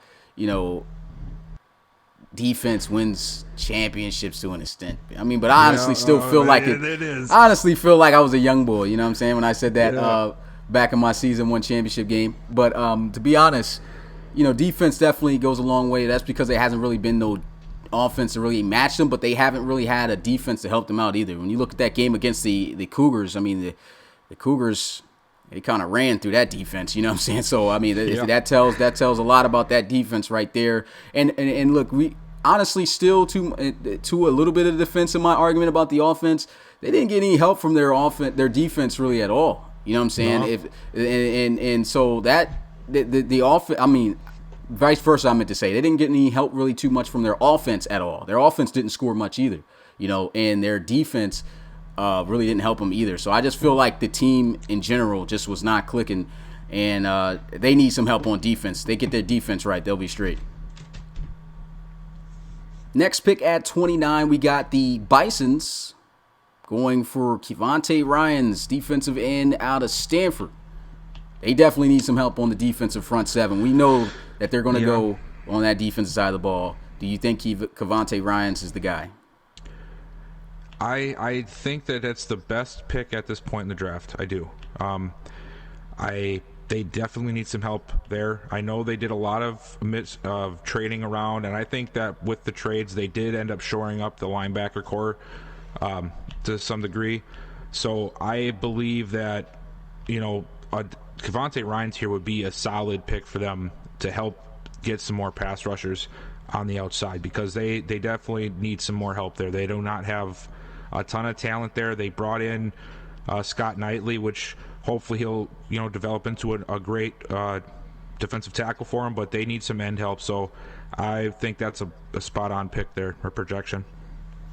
Yeah, I think that's a really good pick as well. I mean, Kevontae Ryans from Stanford, he was good as well. There's a lot of other good defensive ends, I think, that are in here, and other defensive players they could go, possibly at linebacker, which they've addressed a little bit, but maybe they need some youth there, because they did pick up some veterans that's a little bit older, out of free agency. But I think, maybe they go D-line definitely through the draft, and maybe in the later picks try to get linebackers if available there at that position. Now, with the next pick at 30, the Monarchs, which, of course, we already know their situation. Thank God coach, the former coach is out of there, and who knows if he was drafting what they would have picked here. But they got the William Marshall from Texas, linebacker, going here, and this is a team that definitely struggled on the defense side. They struggled everywhere, but defense was really bad. Do you think that they go with the linebacker William Marshall here? I can see that going. At this point, when it comes to a team like the Monarchs, really any pick, that's going to sound horrible, like really any pick is going to be a solid pick for them. So I am completely on board with a linebacker. They need some help, man. Get Rhodes some help, get Schrader some help, and so I think it's a great pick. Any pick is a great pick for them. They just need some help. Yeah, and shoot, I guess they got 2 good receivers on the outside, right? I mean, at least they got that going for them, but nowhere else addressed, and barely any picks. I believe they got 4 picks in this draft after what Shepard did there. So terrible. Yeah. So they really need to go all out with these picks. It's going to be a bad year for the Monarchs again, because sometimes decisions are made that are not always smart decisions, and now a team that it's really upsetting when you think about it, because this team was primed to land basically Drew Brewer, Marquise Washington, Geno Gannon, anybody they wanted, and they're not going to get any real major difference makers at this point, I don't think. So it's unfortunate. So they're going to have to salvage this pick by getting somebody, just anybody, just fullback even. If somebody needs to help this team out. So it's just unfortunate the way things went there. Yeah, not getting anything, man. But hopefully, I mean, it looks like it's going to be they're still going to be in rebuild mode. Had the opportunity to get out of this stage here, man. Just not going to happen. But like you said, any pick for them is going to be a good pick. I think William Marshall for this team will definitely be a solid pick if they decide to go there. For number 31, the Thunderbirds going offensive line, Thomas Tennant out of Michigan. Do you think they go here? I mean, we already know their offensive line has been an area of struggle as well. Do you think that this is where they address that issue? I think it'd be a solid place to go here. Given all the picks they've have into in this first round, they can pick and choose. But offensive line is definitely a spot where that would help them immediately, I believe. It's not only drafting the right players, but it's also trying to find guys that not only are talented but can start right away, plug and play guys. And I think for the Thunderbirds, a pick on the offensive line is going to be as plug and play as you can get, because they do. That's if there's one weakness on that team, it is the offensive line, and everybody knows it. Coach Kozera knows it. So, and luckily for them, because there's not a lot of talent at offensive line, they don't have to force a pick early in the draft. They can get the flashy guys first, and then come back and still get one of the top tier linemen here. So I think that's a good pick. Yeah, nothing for me to say here. I think offensive line pick would be great here. Once again, Thunderbirds having the draft capital to address needs and staying on top of the game. I think that's a great pick for them. And finally, I said the GOAT team for the Celtic Tigers. But hey, we got the God team, man. This team is just the ultimate team. The Red Dragons just won their second chip, man. And I'm sorry to say this with you on here. Keep going? But man, this team is the legend team, the God team. What's another name? I can't even come up with a name. I don't know. Hit in the chat with everything you can possibly think of, guys. Whoever's watching this team, is like greatness. It sucks to say it, man, but this team is legit, man. This is everywhere you look, this team has weapons, and it's one thing to have weapons, but then to also have a great coach behind the team just makes it that much better. I'm gonna tell you, I'm gonna be honest, man. I don't even know where to predict they need to pick, because they have the best linemen in the game, pretty much. They have one of the best receiving cores in the game. They have the offensive rookie of the year, Anthony Savoy. There's just everywhere you look, there's an amazing player. So I really am not 100% certain where you could even go for these guys if you had to make a pick. Your guess is as good as mine. Yeah, I mean, honestly, I do feel like they do have some guys getting up there in age, though. They do. They said Cordero Moreland going here at cornerback, and even though we know they got the best cornerback in the game, I do think that this is a possibility. I mean, that they could go with a cornerback here, but to be honest, I think an area that they do need to possibly address due to just strictly age alone is possibly wide receiver. They got Obey Kid. They got, they still got the Twin Towers out there, but Deontay Compton, he's taking a regression hit. Oh, yeah. And McIntosh has been taking a little bit of one, too. I'm pretty sure he's going to go down. So their 2 best receivers are going to be gone, and then that's going to leave you with Obey Kid and Jaden Desmond next.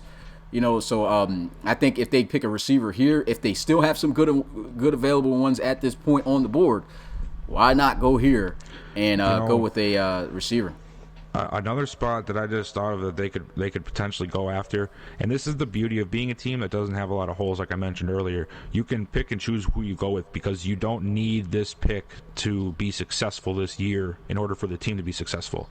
Mm-hmm. And given what we saw last year, or no, not last year, the year before, when Bobo was out for so long, he just couldn't stay healthy. Mm-hmm. And the fact that he's 30 this year, you might see a running back go off the board here. Bobo was also hurt this year on and off. Not as prevalent as the year prior, but it does affect them. Yes, they have Nina Dino, who's a great runner, but it might not be a shocker to see another running back go off the board here to give him a little bit of insurance if something were to happen to Bobo again. Yeah, and to be honest, man, when you talk about the running back position, like when I was talking about the receiver, I do think if they get a receiver, that'll be beneficial to them. But there's going to be a lot of teams possibly taking a receiver, like we mentioned, in the first round. So I don't think that there will be a better available receiver than a running back. So I do feel like the running back position could definitely be an area. Nina Dino is a pretty good runner.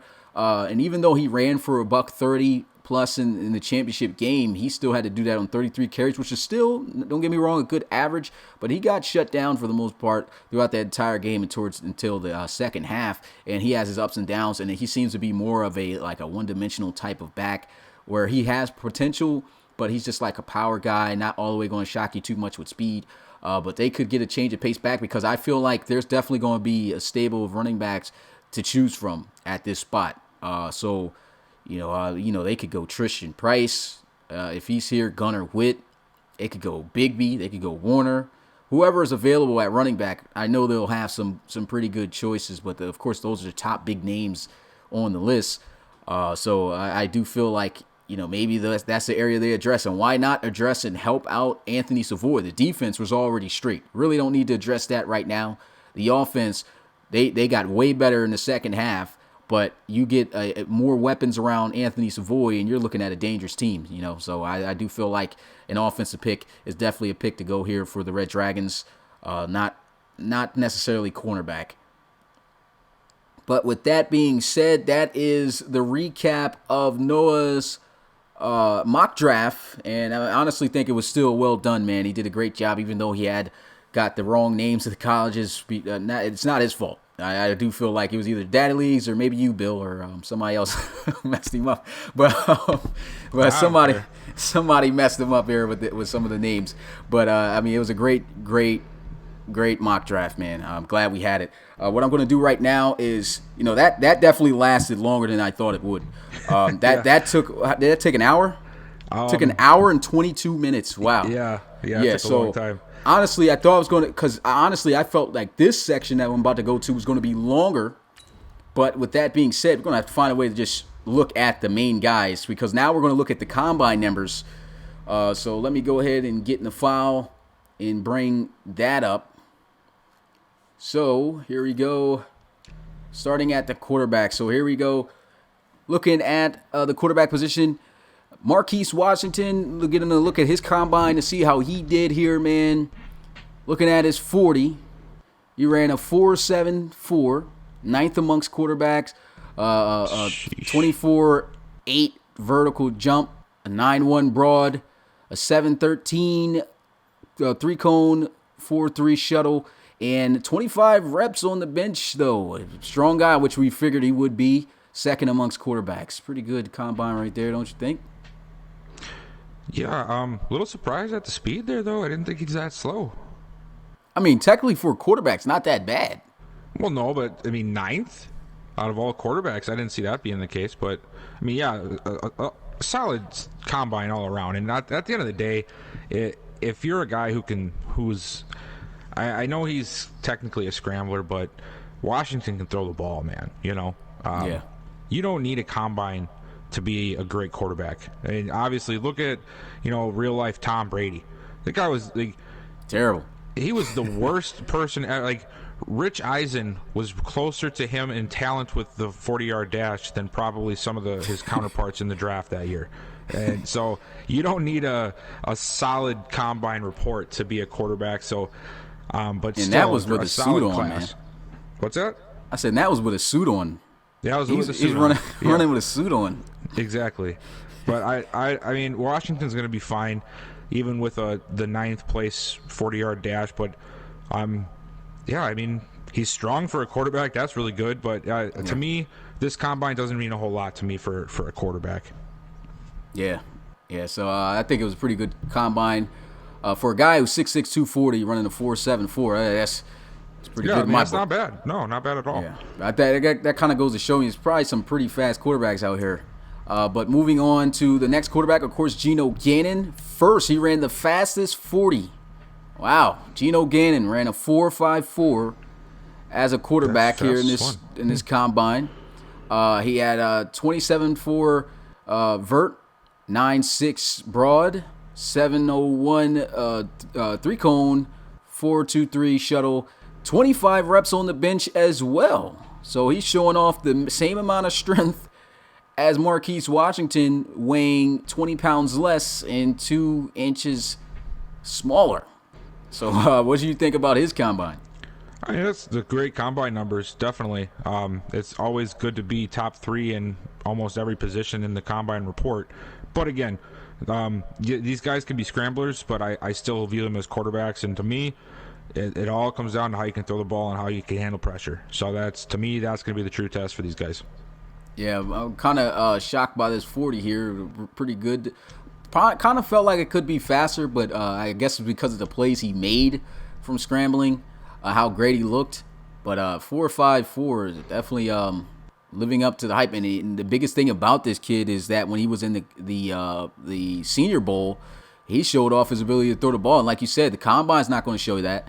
But he was killing it in the All-Star game. We already know these two quarterbacks are going to be some legends. Let's look at Parker Thomas out of Ohio State, how he did on the combine. He at least didn't run a 5, so that's good.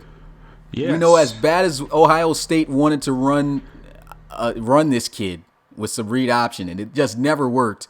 At least they got him to run inside 5. So he ran a 4.94.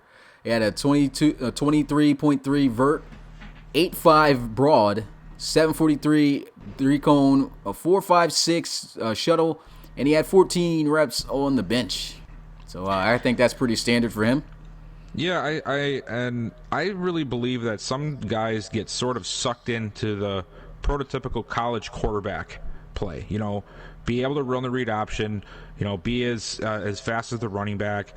But I mean, sometimes you see these quarterbacks who sort of faltered in college play better in the pros because it's more of a system for the quarterback to just sit back there, read the field, throw the ball instead of trying to run read options when you're not that good at it. So I mean, hopefully that's the case here. I'm not going to knock him for having a 4.97 40 or being 22nd in vert jump. What does vert jump mean to a quarterback? Nothing.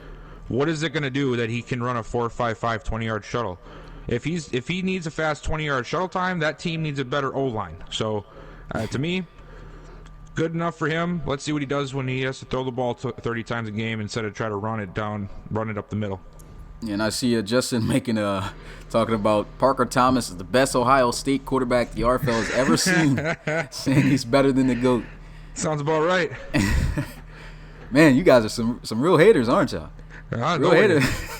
Man, this is why guys hate Tom Brady. I see it now. Okay, so next we got Kevin Crockett. A lot of upside to this kid. He actually ran slower than Parker Thomas, and he is actually a really pretty good scrambler in college at UCF. He ran a 4.95. I'm not sure what happened in his combine. Probably just wasn't feeling it. 26.5 vert at an 8.9 broad, 3.68 three cone, a 4.82 shuttle, and 12 reps on the bench. Really shocked by that 40-yard dash by Crockett.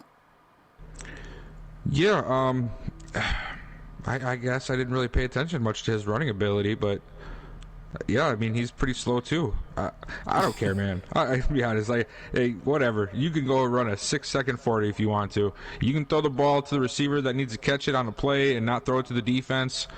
I'm good with you, man. So more power to you. Let's see if you can break that 5-second mark next time.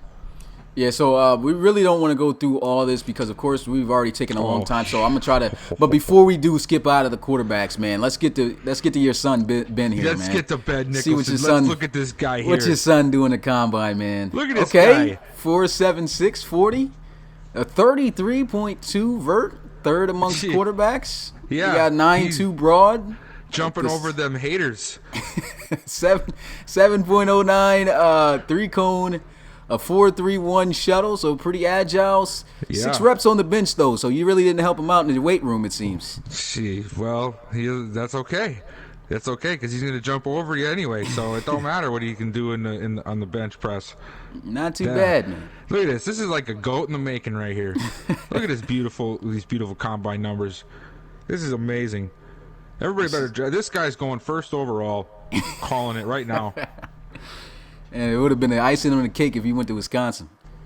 Yeah, that's his only downfall. You know, we had a long discussion about that, and we didn't talk for a while because of it, but we got over it. Stanford's not a bad school, so. All right, so looking at the running backs, Tommy Bigme, 4.49 40. I'm gonna skip over the rest of the stuff here, but I'm just point out the areas that I guess are more important. So 4.49 40, and a 23 reps on the bench, man. Honestly, that 40, that's pretty. 4.49 40 for a 5'11", 238-pound back, man. He's moving pretty good. Yeah, and when you got a back who's almost 240 pounds, I don't expect him to run that fast. I mean, if he runs fast and if he's shifty, that's dangerous. So I mean, yeah, those aren't bad numbers at all, but I didn't expect him to be top 5 in any of those agility categories anyway. The bench press is really where it matters for these power backs, and I think with being 240 pounds, I mean, you better be a power back. So good for him. The crazy thing though about Tommy Bigbe though, yeah, the bench press pretty good. He was 6, almost top 5. The crazy thing about Bigbe though is, man, he's a nimble guy. He's not even listed as an archetype power back. They got him as a elusive back here, so he looks like he's going to be a balanced back that can possibly do it all. I do not think so. We will see. Pretty decent combines numbers there. He's going to be running people over more so than he is juking people out. So we'll see what happens. If he starts juking people out, I'll admit I'm wrong, but I don't think that's going to happen. Speaking of power backs, this is definitely a true power back right here, but he weighs less, 6 foot, 230 pounds. He ran the same 40-yard dash as Bigbe. 2 more reps than him on the bench, second amongst running backs. This guy's looking like, you want a power type offense with a stud at the backfield. This may be the guy you start him out with your franchise with. Let him fall to the Explorers, and I'll swoop him up. Look at this power back here, and he's from LSU. I already got an LSU power back. We'll bring him in again. I love it. Solid. And we got Tristan Price. Didn't see a lot of playing time at West Virginia due to his transfer from Florida State. He definitely showed flashes when he got the football. He made plays happen. But look, the fastest running back, 4.36, and he had 19 reps on the bench. So this might be the do-it-all type back right here. Yeah, this is. You got a guy who's 6'2", 220 pounds. He's got enough size to him to be able to break the arm tackles, but he's also not too big to where he can't move, and you can see it from his numbers. 40-yard dash, 3-cone, and 20-yard, all very solid numbers for him for being 220 pounds and being 6'2". So he might not have been the most talked about guy coming out of this draft, but sometimes the best guys are not the guys who are talked about. There's the guys who just creep up on you, and he definitely might be the case with Tristan Price here. Yeah, he looked good in the Senior Bowl too. Had 5 carries for 50 yards, and like I said, every time he touched the ball at West Virginia and they gave him that opportunity, he made plays happen. Yeah. And speaking of another guy, they got the wrong college here. Don't know why the colleges got switched up. Literally, when I transferred it over, I had the right colleges. Some of the colleges got messed up. I think that's probably why Noah's colleges got messed up a little bit on the board there too. But he did not go to Abilene Christian. He went to your school, Bill, Wisconsin. And he ran a 4.5, 4.40, 26th amongst running backs, but he got a little bit of strength on him, 21 reps. Yeah, I like it. Bring him on. He went to Wisconsin? Yeah, he went to Automatic Wisconsin. first rounder. Oh man. The other guys, I'm just go through the notable guys in each position, man. Do we want to do fullbacks? Do we want to do? I mean, come on, guys. This is the question. Did we have a submitted fullback? I don't think we did. Yeah, we had two. Lane Smith and Dustin Chandler.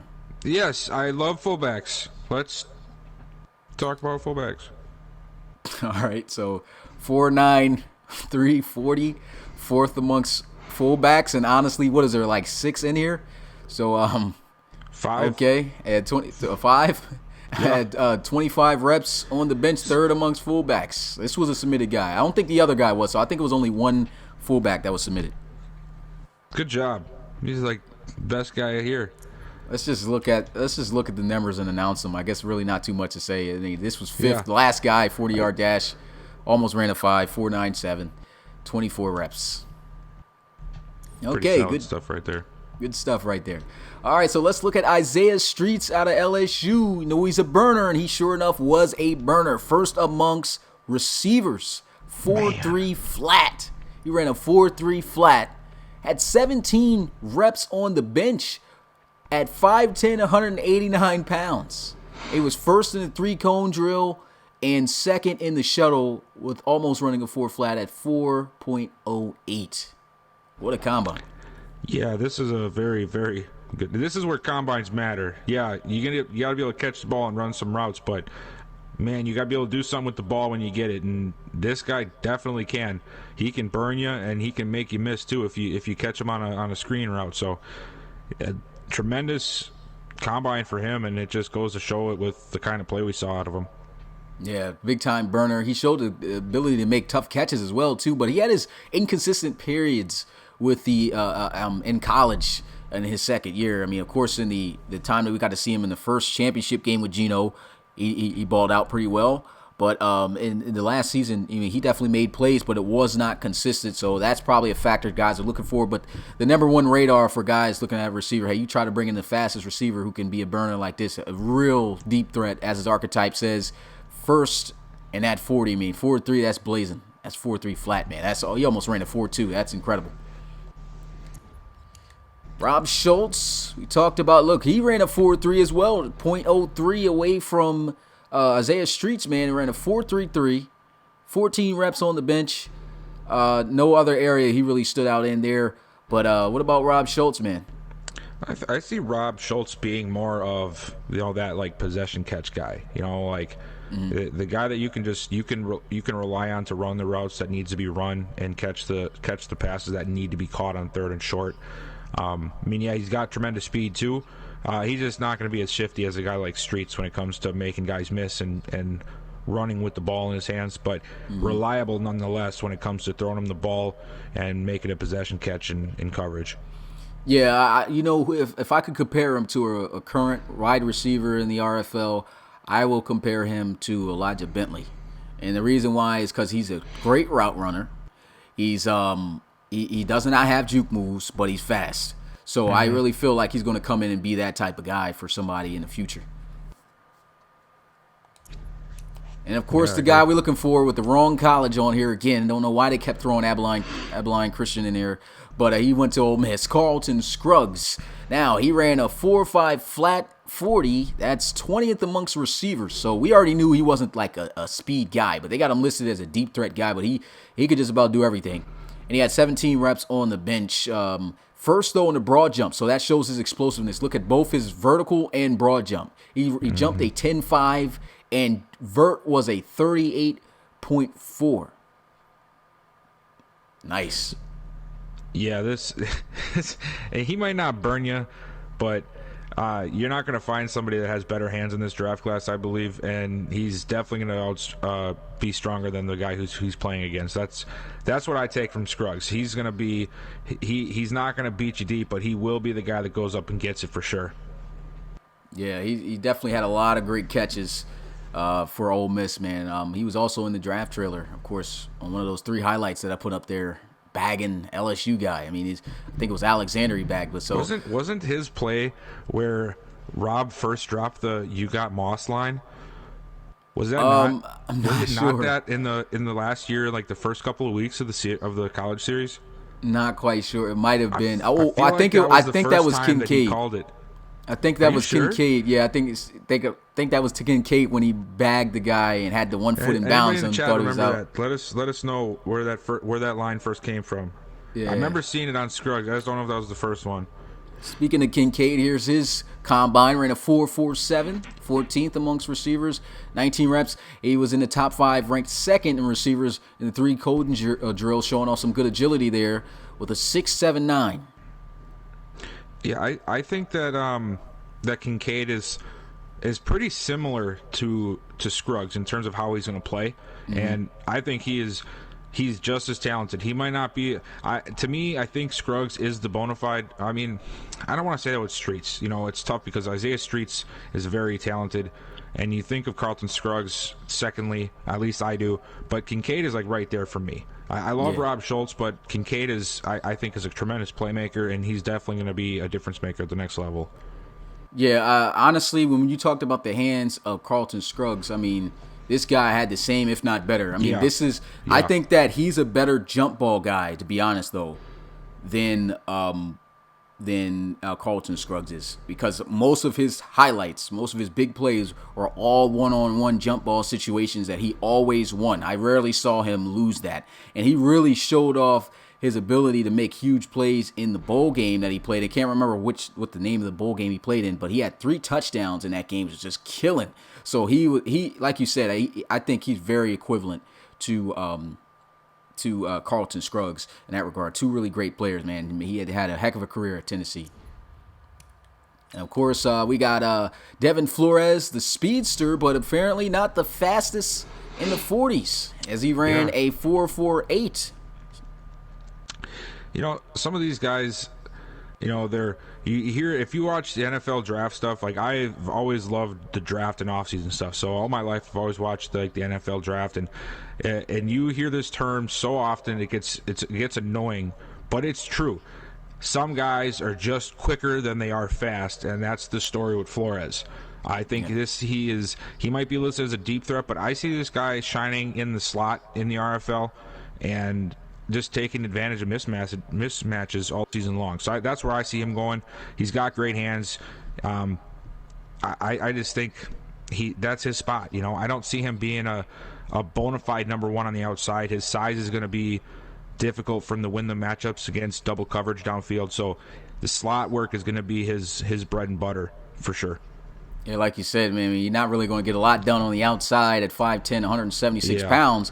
But it's not like we've seen that not happen in the league already. You got a couple of small guys that still go out there and make plays. Mm-hmm. But Devin Flores, you know, he's definitely going to have to build into somebody who could probably do that. But like you said, in the slot, I think he would kill it in the league. And like you said, on film, this guy seems a lot faster than that 4.48. And I guess Hunter Gregg, since he was a submitted guy, I think he'll come back to watch this. So let's talk about Hunter Gregg. Ran a 4.57. He also went to Notre Dame with Devin Flores.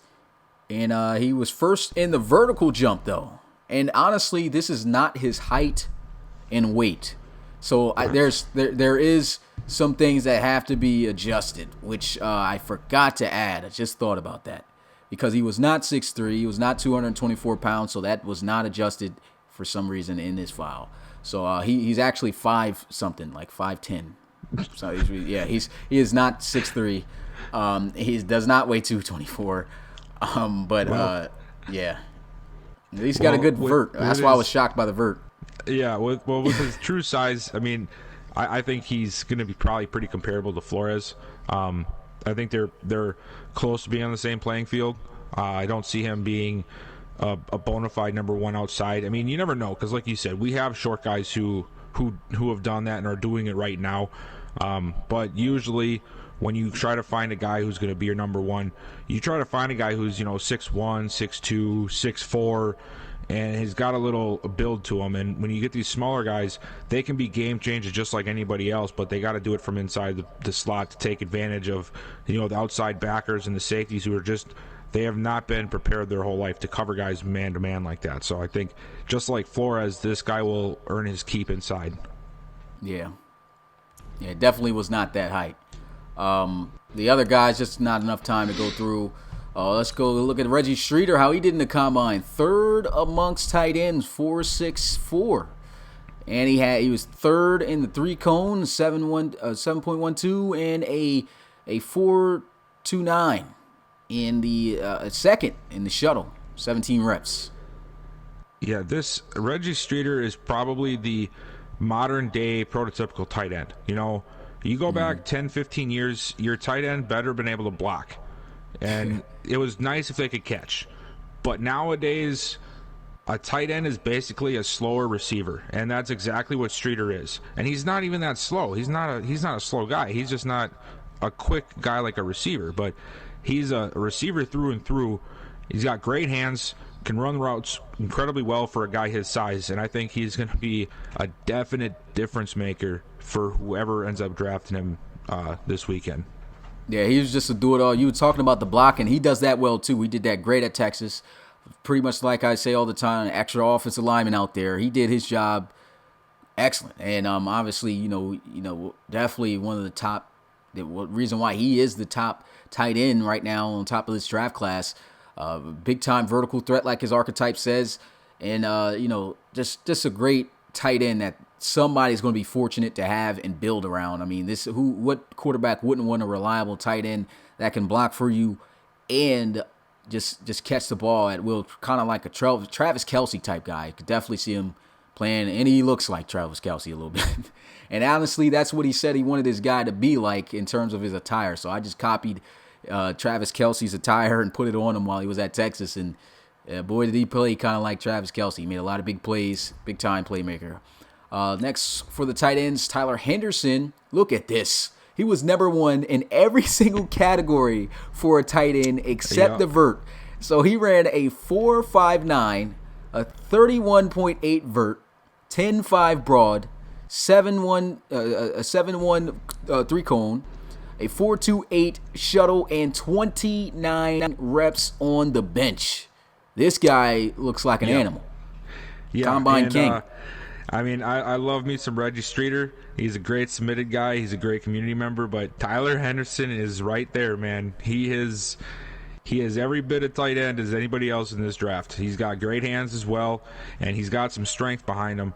There really isn't many holes in this guy's game. The only downside you could really even look at is possibly that he's only 6'3", and that's not even a bad thing. It's just not as tall as most of the prototypical tight ends that come into the league. But for the most part, he's a stud, man.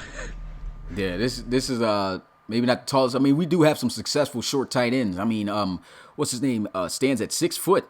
Louis Luciano for the Armadillos. So I mean, the height, as long as you can play, I don't think that's going to be an issue at all. He definitely showed off some great hands there at Michigan, and like you said, he's got some strength on him, pretty much up there with Reggie Streeter. Great combine. Price Greer, this is another guy who was nice, man, in college for Oregon. He ran at 4.63, and he had 24 reps on the bench. He was top 5 in both of those areas. Second amongst tight ends, and third in terms of the bench reps. Yeah, this is another guy that I really like this year. He's not as big as most tight ends that you want to see. He's actually more almost like a fullback size. But we've seen a couple of guys this size make some good careers, and I think he'll be an excellent candidate to do that. I think, if anything, because of the fact that the fullback isn't as much of a prized position, he could really be like sort of a two-role player for a team, fill in the fullback position and also play tight end. So he might be a lot more valuable than it seems that he might be at just a 6'2" tight end, because at the end of the day, even if it's not a popular position, fullbacks are needed, and he could be the guy that helps out a team in the run game and the pass game, which would be a big help for him getting drafted earlier. Yeah, he seemed to be one of the biggest bright spots for Oregon, too, in college. So, I mean, he is a great receiving weapon as well. So, you see he's got the strength a little bit with him, even and like you see, his archetype's a blocker. So he's once again a well-balanced tight end. So can't wait to see what he does in the league. And like you said, fullback position may not be almost existent, but this is a guy you can definitely plug in there, and you see a lot of guys using tight ends as fullbacks. So, I think he'll be a great addition for some team Jimmy Bean out of Wisconsin, Washington. He didn't get in top 10 in any area other than the bench press. He had 20 reps, seventh amongst tight ends, ran a 4.86. But this is, like his archetype says, a great pass-catching tight end, a good possession-catching tight end. He always seemed to make the big plays in clutch moments. 6'4", 245. What's your thoughts on him? I think that he's going to be very reliable, and there's quite a few guys who might not be the fastest, might not be the strongest guy at their position, but you can just count on him. And I think this is what Jimmy Bean's going to be. Is he going to go for 1,000 yards at tight end? No, probably not. Is he going to frequently beat everybody who tries to cover him? Probably not. But you can count on him to make those comeback routes or those hitch routes or those deep dig routes and cover it when he's got two linebackers draped on him. And that's the kind of guy I think he's going to be for whoever ends up drafting him, because he's still a good prospect. He's just not as flashy as some of the other guys we've looked at the tight end position. Yeah. And this will be the last one I go over. I think he deserves some recognition. Played very well. Had an amazing catch in the Senior Bowl. But Donald Hanson out of UCF played very well with Kevin Crockett. Ran a 4.74, 12 amongst tight ends, 19 reps. And he showed some explosiveness here. Vert of 31.8 and a 10 broad jump. Second in the broad jump, third in the vert. I think he's actually going to be right up there with, maybe in 4 or 5 years when we're talking about this class again, I think he's going to be right up there with guys like Streeter and Henderson, man, because he might not be a tremendous blocker. It definitely won't be at 6'4", 237. That's more of a receiver who didn't start dieting before training camp a little bit too late, but he's going to be a guy that is going to be like a receiver. He's going to be like your Luciano, maybe not as fast, but he's going to be the guy that you just have at receiver because you can't put him at tight end because you can't put him at receiver. But I think he's going to have a solid career, and I think he's got a bright future. He's going to be a great receiving threat. Don't rely on him to block, but if you're just looking for a guy to catch the ball, he'll be your guy. Yeah, so that'll do it for the tight ends. The linemen, we'll just pass that. Let's look at John Francis, though. He's gotten some buzz. Let's not. Oh, he had 43 reps, though, on the bench. Jesus. Definitely is a power lineman. So he's strong. First in that category. Yeah. And left tackle, it's hard to say, well, he's got the bench press. That's great.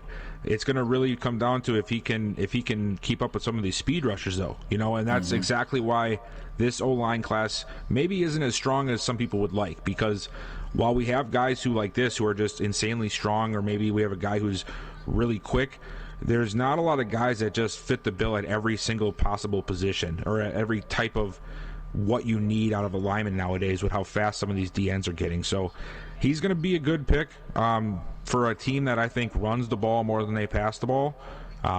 He's not going to be probably the best left tackle in the league in a couple years, but he's definitely going to be a good run blocker, I think. Yeah, and from our predictions off the mock draft, if John Francis goes to the Steamers, I think that'd be a pretty good landing spot for this guy. Let me see. Anybody else really stands out on the line? Yeah, not really too many on the line that we could talk. Let's look at Trevor Saxton, though, because Trevor Saxton, he didn't stand out really in any areas. He had 31 reps on the bench. That's pretty decent for a lineman. But he held his own in the Senior Bowl against Drew Brewer, and that was impressive. Yeah, he did. And this is sort of the other side of what I just said about the left tackle. Is this guy, he's probably not the strongest guy, but he's agile enough for a zone run or maybe pass coverage. He's not going to be the power guy who's just going to knock you off your feet every time he plays you, but he's going to help out the run game and the pass game, especially because of how well he can move. And a lot of teams are running the zone run now. They need guys like this who just aren't big powerhouses just running people over. They need guys who can change direction when they need to and can handle the speed of the defensive ends and outside linebackers. So he fits the other side of the bill. He might be, I think he's a good spot for a right tackle. He could probably even play left tackle, but definitely somebody you look for at one of the tackle positions to be able to handle these fast speed rushers we have in the RFL. Yeah, and he showed that he definitely has that capability of doing that. Like I said, once blocking his own teammate. He went to Ohio State too. So I'm pretty sure he's been in practice and already known his tendencies, and probably a reason why he just pretty much shot down his potential to even throw more fame to the name of Drew Brewer here. But man, Trevor Saxton, he did a great job. And speaking of Drew Brewer, that's the next guy we go to. Drew Brewer, poster boy for this. He was, look at this, first in every category except for the vert and the broad. So he ran the fastest 40 out of the defensive ends on the left side. He 4.62. He ran a 7.16 on the three cone, a 4.37 on the shuttle, and 37 reps on the bench. This guy's looking like freaking Superman. Yeah, there's a reason that people were clawing to get to the top pick. And while, many people thought it was going to be one of the big-time quarterbacks going, you cannot pass up a game-changing pass rusher like Drew Brewer. And the guy's faster than Marquise, isn't he? Yeah. That's crazy. He's the strongest. Not only is he the strongest right now at his position, he's also the quickest, and then he's quicker than the scrambling quarterbacks that he's going to be trying to chase down this next season. You can't ask for something better than that. I mean, this guy's got the total package, and there really isn't much you can poke hole in at all with Drew Brewer. And there's a reason why he has surpassed the crazy expectations of Washington and Gannon, and it's because of the fact that he's just a physical freak. Sort of like real life J.J. Watt or somebody when they came out. It's like, This guy is just crazy. How is he this fast, this big, and this strong? And that's what Brewer is. I wish I had saved. I remember we were talking about this when we first saw this combine. I wish I had saved his comparison to Nick Bosa, because it was incredible. The dude pretty much he kind of beat out Nick Bosa, and I was like, wow.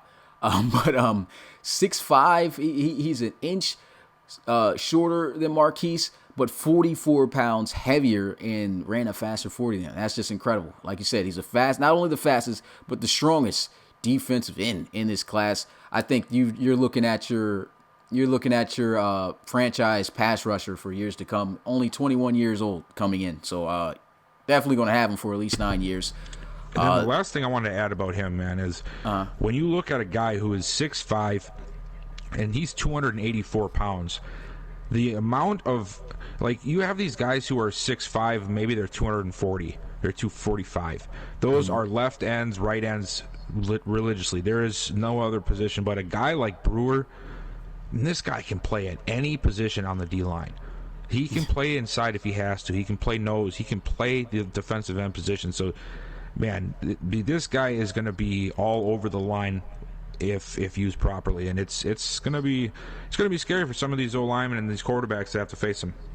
Yeah, the only two things I can say about Drew Brewer that I've seen is his last two games. He kind of got shut down. The playoff game, he didn't get to do anything, man. I think Florida did a good job of holding him. He didn't get any sacks, and didn't get any sacks either in the Senior Bowl. They did a great job of containing him. So who knows how that's going to transfer over. His last two games weren't the best, but the rest of the games were. I mean, I think this is going to be the only defensive player in RFL history in a college series to ever get 3 defensive touchdowns in a single game. He forced 3 fumbles and recovered them for touchdowns. I mean, that's absurd. I don't think anyone in real life has done that. So this dude's incredible. That's all I can say. Yeah. Let's look at Timothy Statins as oh my, top 3 in every category. Ran a 4.69, first in the vert with a 35.9 vertical jump there. Broad was a 10.6, first in that category also. He ran a 7.2 and the 3 cone, a 4.41 shuttle in 30 reps second amongst. He was only behind Drew Brewer. So this kid's looking crazy out of Wisconsin here. This is crazy. Well, there's a few things that Wisconsin is good for, all right? And it's O linemen, and then it's D linemen. And we got a lot of farm boys. I got some good running backs too. Yeah, but the running backs are only good because of the line, man. That's just how it is. It's unfortunate. I've cheered for Wisconsin my whole life. And no matter how many times we have a top 5 rusher in college go to the pros, they always end up falling off. There's only a few that have ever made it through. And that's just because these farm boys on the D-line and O-line just wreak havoc. And Staten is another guy who can do that. He to me, he's very close to Brewer physically when it comes to what he can do in the combine and stuff. I just think that there's a different level of I don't even know how to explain it. I think you know what I'm saying, though. Like, he just doesn't have that it factor, I think, that Drew Brewer has. And for all we know, he might have it, but he definitely has not shown it yet to be on the same class as Drew Brewer. But he is a very, very good defensive end. And if it's not for Brewer in this class, he's the bona fide number 1 edge rusher coming out of college this year. Yeah. Great player at Wisconsin. Like you said, really didn't just get this. Not a lot of people paid attention to him. You know, he was still a good playmaker, though, and you could see it. Even looking at his size, 2 inches shorter than Brewer and 24 pounds lighter, but that's still really good size for a defensive end and great numbers. So, I mean, he could be a solid playmaker as well that can definitely help out a team in need on the defensive line. Kevontae Ryans, let's look at him. This could be a potential Bison, 6'1", 256 pounds. In terms of his 40, he was 4th in that. Ran the same 40-yard dash as Timothy Staten. 28 reps on the bench, 2 shorter than Staten. So he actually didn't look too bad. Yeah, I think he's going to be a good prospect. I don't think he's going to be as polished in his rookie season, obviously, as Brewer or probably even as Staten, but he'll be a solid speed rusher. You know, that's really what it is with Ryans. I believe he is a speed rusher more than he is a defensive end, and I say that because defensive ends have a whole range of things that they need to do. You know, they need to be able to stop the run and power rush and run stop. I think that Ryans is good at one thing, and he's very good at that. It's rushing the passer. And because of that, he might not be as touted as some of these other guys who are a little bit more well-rounded in other areas of the D-line play, but he's a very solid pass rusher. Yeah, and I forgot to also point out he was second amongst the ends and with explosion at the broad jump. 10-2, so he's got some really good agility, it looks like, maybe. It's going to help him get around the corner on some of these linemen who aren't as fast. So, I mean, that's a big portion for these DNs trying to rush the passers, getting that first step off the line to beat the initial step back of the tackle. That's like number 1 thing they teach you. You've got to beat him off that first step, and Ryans has the speed to do that.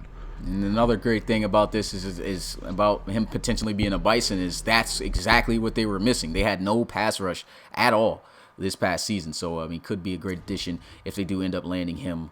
I do want to go over Kamal Buchanan is the last guy who did pretty good, but, oh, man, he ran a 5.01 40. Yeesh. Wow. This guy could be playing D-tackle, 6'3", 315 pounds. Mm-hmm. When I look at this guy, I don't even see D-end. I mean, granted, in a 3-4, running the right scheme, this is the kind of guy you want, because really in a 3-4, you got guys who can rush the passer, but your pass rush comes from the linebackers, and your D ends are almost more like secondary defensive tackles. So I see him playing end if it's in a 3-4, but if he goes to a team that runs a 4-3, this guy will be on the inside, no doubt in my mind, within the first week of being in that building, because he's just not going to be a guy that you can rely on to be a speed rusher on the outside. He's just not built for that, and that's fine.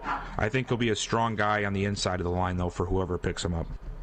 Yeah, and I mean, there's only been a few successful 300-pound defensive ends I've seen in this league. One, off the top of my head, Malik Yates for the Celtic Tigers. He's done an excellent job at DN, being, I think, the exact same weight. But you know, Kamal Buchanan, though, at Auburn, he did some pretty good things at defensive end, too. So, but like you said, most likely this is going to be a guy that's going to get converted to a defensive tackle, and I think he would thrive there. His 40 definitely shows that he's probably not the best pass rusher. If he stays at DN, all he's going to be is pretty much an edge setter, and that's just about it. I think defensive tackle is definitely the way to go for this guy. All right, moving on to the right ends. Let's get a look at Morris Wright out of Alabama. He ran a 4.81, third amongst right ends. He was 12th amongst right ends. Excuse me. He was third in the vert jump 33 even. And in the three cone, he had 7.724, and he was second in the shuttle. So he's got some explosiveness, some agility on him. 4.38 on the shuttle and 20 reps on the bench press, which is really not too great here, but he doesn't have the biggest of size, 6'2", 258. But Morris Wright at Alabama, he was pretty solid. Yeah, I see him being pretty similar to Kevontae Ryans. I don't think he's as polished as a pass rusher as Ryans, but I do think that he's got the speed and the skill to be a legitimate speed rusher. But just like him, Kevontae Ryans, I don't see him being a huge presence in the running game. Not saying he won't be able to help out, but I just think he's got one thing he's really good at, and that's great, but that's going to be rushing the passer. Yeah. All right, Harvey Stevens out of Penn State. Didn't really stand out in any areas, so not really too much to say about there. Ran a 4.9 flat, 23 bench reps. Kind of got to go by this pretty fast. Dudley Clay, another guy out of UCLA, 4.83, 6'5", 274. My phone just died, so I can't read any chats, but I got it up on my computer anyway. 22 reps, not too great there. All right, defensive tackle. Let's talk about Dominic Moore, though. Whoa. Number one in every category and tied at third for the defensive tackles in the vert jump and the broad. So he was first in the 40, ran a 4.75 as a defensive tackle, 6'3", 305 pounds. Then he jumped a 31.6 vert, a 10.2 broad jump, a 7.32 three cone, 4.48 shuttle, first in that area along with the three cone, and first in the bench with 39 reps. This guy at Ole Miss, he looks like he's a monster. Yeah, this is the prototypical new age defensive tackle for a 4.3 right here. You know, he's not the biggest guy. He's not 330 pounds. He's not 6'5", but he's got that sort of that Aaron Donald feel to him. You know, he's a little bit smaller in stature and maybe a lot quicker than what you'd expect out of a D tackle, but he's got the strength to go with it just like anybody else. So I think this is a guy that if you take him as a 4-3 team, he's your day one starter at the 3 technique. And if he goes to a 3-4 team, he can probably play end, but I wouldn't really want to put him in the middle at nose tackle. You need a big man for the nose tackle spot. But another guy who's going to be versatile for whatever team he goes to, and definitely going to be a difference maker for years to come. Yeah, this guy is just looking like a stud, an absolute tank up front. And even though he may not be the big guy, I mean, it almost doesn't matter. I mean, if he's this strong, 39 reps, if his strength comes out good, probably could be a defense, your nose tackle. You know, this guy looking good, man. This is incredible. I love this combine. We got Sergio Woods out of Clemson. He made a lot of good plays there at Clemson. He was only top 3 in one area, and that was a 3 cone, so showed off a little bit of agility there with a 7.47. Ran a 4.95 40. That was 9th amongst defensive tackles, so not bad. 31 reps on the bench, 6th amongst D tackles, and he definitely shows some agility too. Like I said, 20 yards. His shuttle was a 4.62, man. Yeah, this is another guy like Moore. I don't see him being as polished as Dominic Moore, but he's going to be another guy who's going to possibly change positions based on which team drafts him. You know, I just feel that some of these guys who have the quickness and maybe or 308. I mean, I'm not saying 308 is light, but on the D line, you got some guys who are 350 pounds, 340 pounds. I just think that a guy like Woods and a guy like Moore have the ability to be able to play outside, and they show it with their quickness in the 3 cone. And it just means that they're more versatile. They are able to do more things. And the 3 technique in a 4-3 defense is very, very important because they're sort of your rusher, but they also got to be able to hold their own in the run game. And this guy, I think, would be perfect for that for a team who drafts him. Yeah, definitely. Oh, man, look at this. Hate that. Obviously, we're searching through the game. When were we inactive? But anyway, let me go back to the file here. Yes, the dreaded, I don't know what you're doing in the scouting pages, so we're going to pretend you're not doing anything. Yeah, I don't know why the game does that. I don't get it. Terrible. Controller's moving. You're in one of the modes. It should not kick you out. Yeah, but like I was saying, Sergio Woods, he definitely showed off that ability to be versatile at Clemson. in that championship team. But looking at Sean Jones, defensive tackle, ran a 4.92, but he was top 3 in 2 categories. He shows off his agility. Once again, another guy who could definitely probably play DN. He ran a 7.48 and a 4.58 shuttle. 29 reps on the bench, 6'1", 300 pounds. And this is actually sort of a sneakily deep position in the draft this year.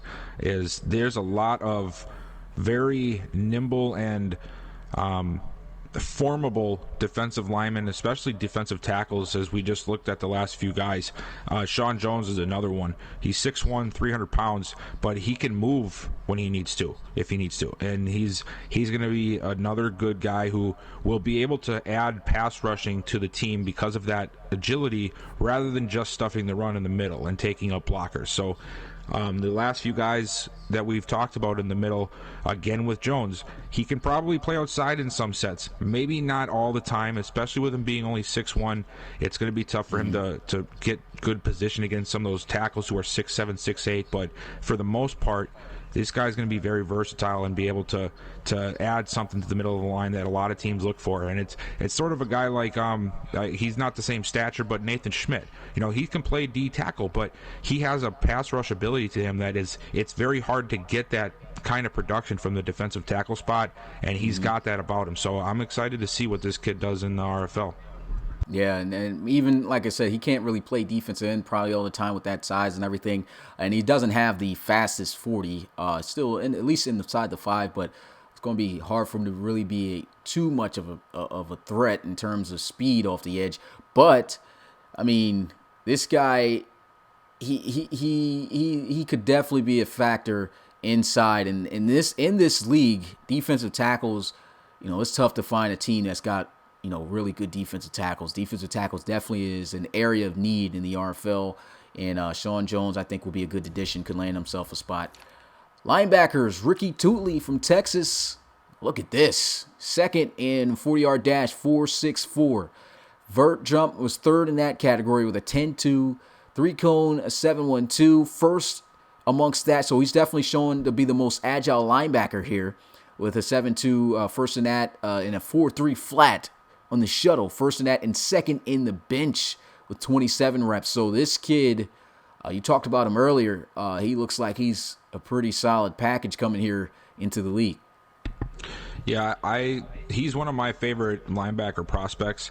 The only one question was really, is this guy going to be able to play pass coverage? That's really the only question I have for him, and I need to see that more in the RFL before I can really decide if he's going to be solid at that. But he's got the build for it, and he's got the speed and the agility to do just that. It's just going to depend on how well he can stick with a tight end and a slot receiver from time to time, because when you're 6 foot 225, you're sort of limited, because you're going to have to play either inside linebacker and a 3-4, or you're going to have to play outside linebacker. I mean, really any position in the 4-3, but you're going to be expected to stop the pass or assist in the pass coverage when you are only 225 pounds at linebacker. And so if he proves that, he might end up being one of the steals of the draft this year. Yeah, I mean, not the biggest size in terms of linebackers. I know there's some linebackers that are smaller than him that weighs more, but that probably might also make him a little bit more nimble. And like you said, what will he do in the pass game? He's got the speed, he's got the agility, but got to see what he could do what he could do for a team. And honestly, at Texas, he did a pretty good job. So can't wait to see what he does. Jermichael Battle, Florida State. He ran a 4.77 40-yard dash, 16th amongst linebackers. He was second in the agility drills with a 3-cone 7.2 and a shuttle of 4.39, and was first in bench reps over Tootley with 28. I think Battle's going to end up being a better pro than he was a college player. And reason being is I believe that Florida State ran a 3-4 defense, and he's just really not built to be an outside backer in a 3-4 defense. I'm not saying he can't rush the passer, but you're 5'11", 238 pounds. You're not winning one-on-ones with tackles every play. So I think he's going to come into his own in the RFL and be a great addition at either outside backer or inside backer in a 3-4. But if he's going to play outside backer in the 3-4, I don't think he's going to fare very well. So I see him getting a little bit more of an uptick once he gets into the league rather than what he got in college. Yeah. Great assessment there. Middle linebacker, Jocko Goliath out of, oh man, look at this. Top 3 in every category. Jocko Goliath out of Ole Miss. Ran a 4.63, third amongst middle linebackers. A 34.5 vert jump, first amongst linebackers. Third in broad jump with 10.1, and first in all 3 of these categories with a 7.04 3-cone, 4.3 flat shuttle, and 26 reps on the bench. Everyone already knew that this was a stud coming in. What's your thoughts on Jocko? This is the perfect middle linebacker that a team wants. He's got the size to stop the run. He's quick enough and fast enough to assist in the pass game. And he is just a playmaker. And this is exactly who you want to start to build a new defensive around. The quarterback of a defense is the middle linebacker for the most part. And I see Goliath definitely stepping into that role. This combine is insane for a linebacker. It's a very, very good not very good. It's a great combine for a linebacker. And for it to be the middle linebacker, the one who's out of the 3 positions and linebacker is usually the most, maybe not the quickest because you got the pass rushers on the outside and you're supposed to be a little bit more nimble on the outside. He is by far going to be the top linebacker in this class, I believe. And any team is going to be very ecstatic to have. And then to top it off, I mean, is there another position this guy could play with his name? I don't know. The name Jocko Goliath, I mean, that just sounds like a guy I don't want to get hit by. So he's good to go. Yeah, he's already got the name just this working for him. And I mean, this combine alone, an archetype tells it all. Not only did he have a great combine, look at the archetype, field general. I mean, he's exactly that. And he was a field general at Ole Miss, made a lot of big plays there. I think he's going to make a lot more in the future in the RFL. Just 20 years old, too. Look at that. You got a long time to mold this guy to be the next big linebacker in the RFL, and I think that's exactly what he's going to be. Joshua Moore, another big star linebacker, but he really didn't impress too much in the combine. He was the only category that he was inside the top 10. 10th, he was in the 3-cone, but that still isn't all too important. He was at least second though in bench reps. With 26 right behind Jocko Goliath. What's your thoughts on Joshua Moore? I think Moore is what you expect when you see a middle linebacker. Maybe from 5 years ago, 6 years ago, maybe even a little bit longer than that. I forget how old I am now.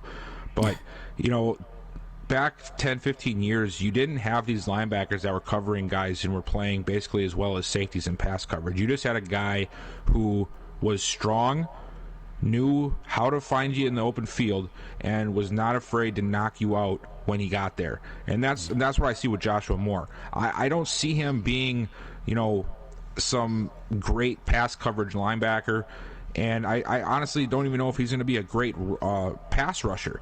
But I bet you he's going to be there right in the hole every time that running back tries to squeak through for a first down. And that's what you're going to get with Josh Moore. And he'll be very good at that. I just don't know if he's going to be great at some of the other things that have become more of a staple for the linebacker position in recent years. I definitely agree with what you said, but one thing that definitely stood out to me with his film at UCLA was his ability to cover. And he actually did that pretty good. Despite what these numbers say, I mean, he actually was a really good cover linebacker for UCLA. Made a lot of big plays, had a lot of interceptions. In a bowl game, he had a pick 6, I believe. So I think he had 2 interceptions in that game, if I'm not mistaken. But he made a lot of huge plays, and I think he also has that ability to cover. On top of that, which is crazy. But that's something you have to, that's on film for this kid. Well, and that's also, something that you can do in college, and a lot of people do a lot of things well in college. Is that going to transition to when you out of a confusion or a bad substitution play, you end up covering a guy like Bentley in the slot or Sean Acosta? Oh, yeah. Getting fried. That's where it's going to come to play. Is okay, are you really a coverage guy? And I'm not sold on that quite yet. Yeah. Another guy at middle linebacker, Roland Carter. This was an impressive dude. He's the fastest middle linebacker, ran a 4.6 flat. Okay, so that's really good. So he's got the speed. The strength is 20 reps, 14. The rest of his stuff really didn't stand out. I mean, his agility was pretty good. He was top 10 in those categories at 6th and 8th in the cone and shuttle. But, I mean, when I saw this guy's film, he was an absolute beast when it came to tackling. And he was just everywhere the ball carrier was, made all the plays for UCF on the defensive side of the ball. Just an all-around great linebacker, in my opinion. What's your thoughts on him? That's exactly what I thought, too. I think that he's not going to be – he might not get all the flashy stats for you, but he's going to get the important plays for you, and that's what you really need out of linebacker. Linebackers don't want the glory. I mean, everybody wants glory, but you don't play linebacker past high school and expect to get glory. You just want to make plays, and that's what Carter does, and that's what he's going to continue to do when he gets to the RFL. Yeah, big-time playmaker. And let's go with William Marshall, last one for the linebackers here. Second fastest 40-yard dash, he ran a 4.62. And the rest of his combines was pretty much average. Jumped to 10, broad jump though. 22 reps on the bench. And I see him being rather similar to Carter.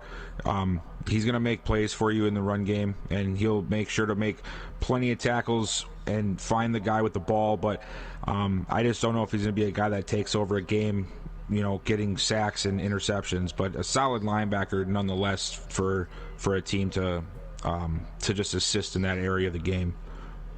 Yeah. We didn't have any right outside linebackers at all in the draft class. We don't know those guys, but we'll go to cornerback Eric Straughter. Had a great combine, in my opinion. First in the 40-yard dash, the fastest cornerback, 4.34, and he also was the strongest cornerback, 18 reps. First cornerback in that category, and was third in the agility drills, 3-cone, and the shuttle. This guy reminds me of my own corner, Rashad Chamberlain. He's got the size, he's got the speed, and he's got the strength, and he's definitely got the cover skills. I think he's going to be a tremendous corner for years to come. He's going to be a difference maker, and I think he's going to change the course of a team's defense that he goes to. And I think maybe even by the end of this year, maybe not this year, next year, he's going to be in the class with top shutdown guys in the league. He's got all the skills, and we saw it, and I don't think he's going to disappoint whatsoever once he gets to the next level. Yeah, definitely not at all. And the kid's only 20 years old, and he's very versatile because, I mean, did you see his kick returning ability at Florida State? I mean, this guy cribbed a couple of kicks, and he's very elusive. So, I mean, he's got pretty much the Deion Sanders type feel to him, along with being taller. I mean, 6'3", like you said, you compared him to Chamberlain. That's a big comparison right there to make for him. But it's definitely not far fetched. Probably needs to get a little bit more weight on him. Only $185, but you don't really have to be all too big at cornerback. And even with that weight, 18 reps, very impressive. And of course, we got to talk about this kid right here. Led the college series in interceptions. Made a lot of big plays, but his numbers really didn't stand out. Still ran a 4.4 in the 40-yard dash with a 4.45, and he had only 9 reps, but, at 5'9", 198, 94 pounds, not really the strongest guy out there.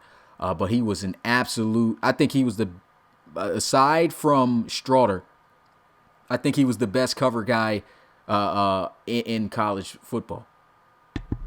Yeah, and then sometimes, the combine is a sort of, it can tell you some things, but a lot of the times it doesn't really tell the story. And this is a perfect example because Tiller is a tremendous corner, and he's going to be, I think, a bona fide number one for a team, along with Straughter going into the RFL.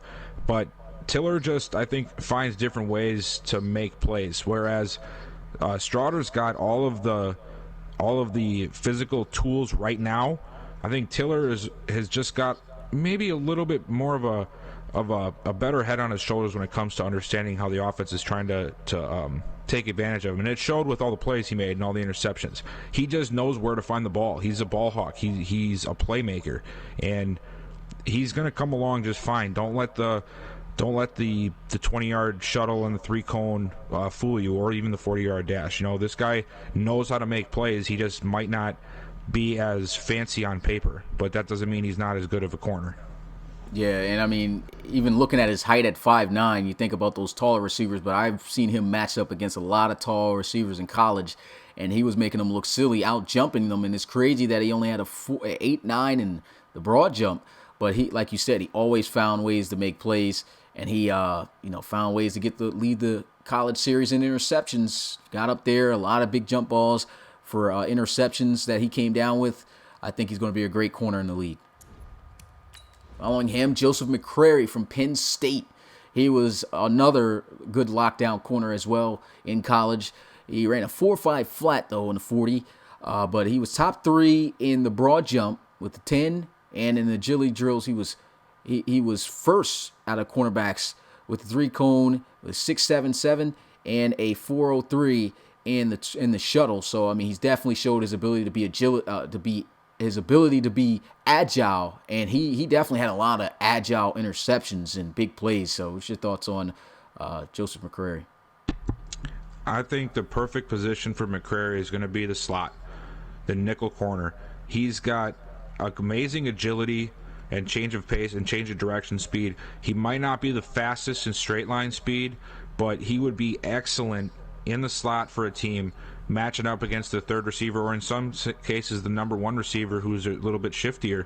And I think if he's put in that position, he is going to shine just like the other two. I just don't think he's gotten the exposure as what Tiller and especially Stroughter got, but he is very talented, and I just think he's not really going to be a guy who's going to start outside right away. He's going to have to learn that craft a little bit, but the nickel spot is calling his name when he gets here to the RFL. Yeah, definitely. The rest of some of the cornerbacks are spaced out, but I guess the last one we could talk about here, Kadaro Moreland out of LSU. He had some inconsistent play, in my opinion, looking back at some of his games, but when he did play, he played good, and you can see him got some pretty good speed on him. He's third amongst cornerbacks in the 40-yard dash, ran a 4.37, 5'11", 187 pounds. What's your thoughts on Moreland? I think, like you just said, he was inconsistent, and I think a lot of the inconsistency has to do with how much zone a lot of teams are playing nowadays. I think Moreland's more of a man-up kind of guy. He can play you man-on-man, and he can hold his own weight, and he's fast enough to keep up on them routes, but it takes a different type of mentality to play zone coverage, because you're not just watching a guy and watching his eyes and his hips. You got to see who's coming next, where this guy's going to go. Do I got to fall back with this guy? Do I come up with this guy? And I think that's just something he's going to have to learn as he gets into the league, if he wants to succeed. Right now, not saying he's a true one-trick pony, but I think he's better off as a strict man guy right now. But when you come into the RFL, you got to be able to play the slot and be able to help in the run game. So he's not going to be a guy that comes in and is just a bona fide starter right away.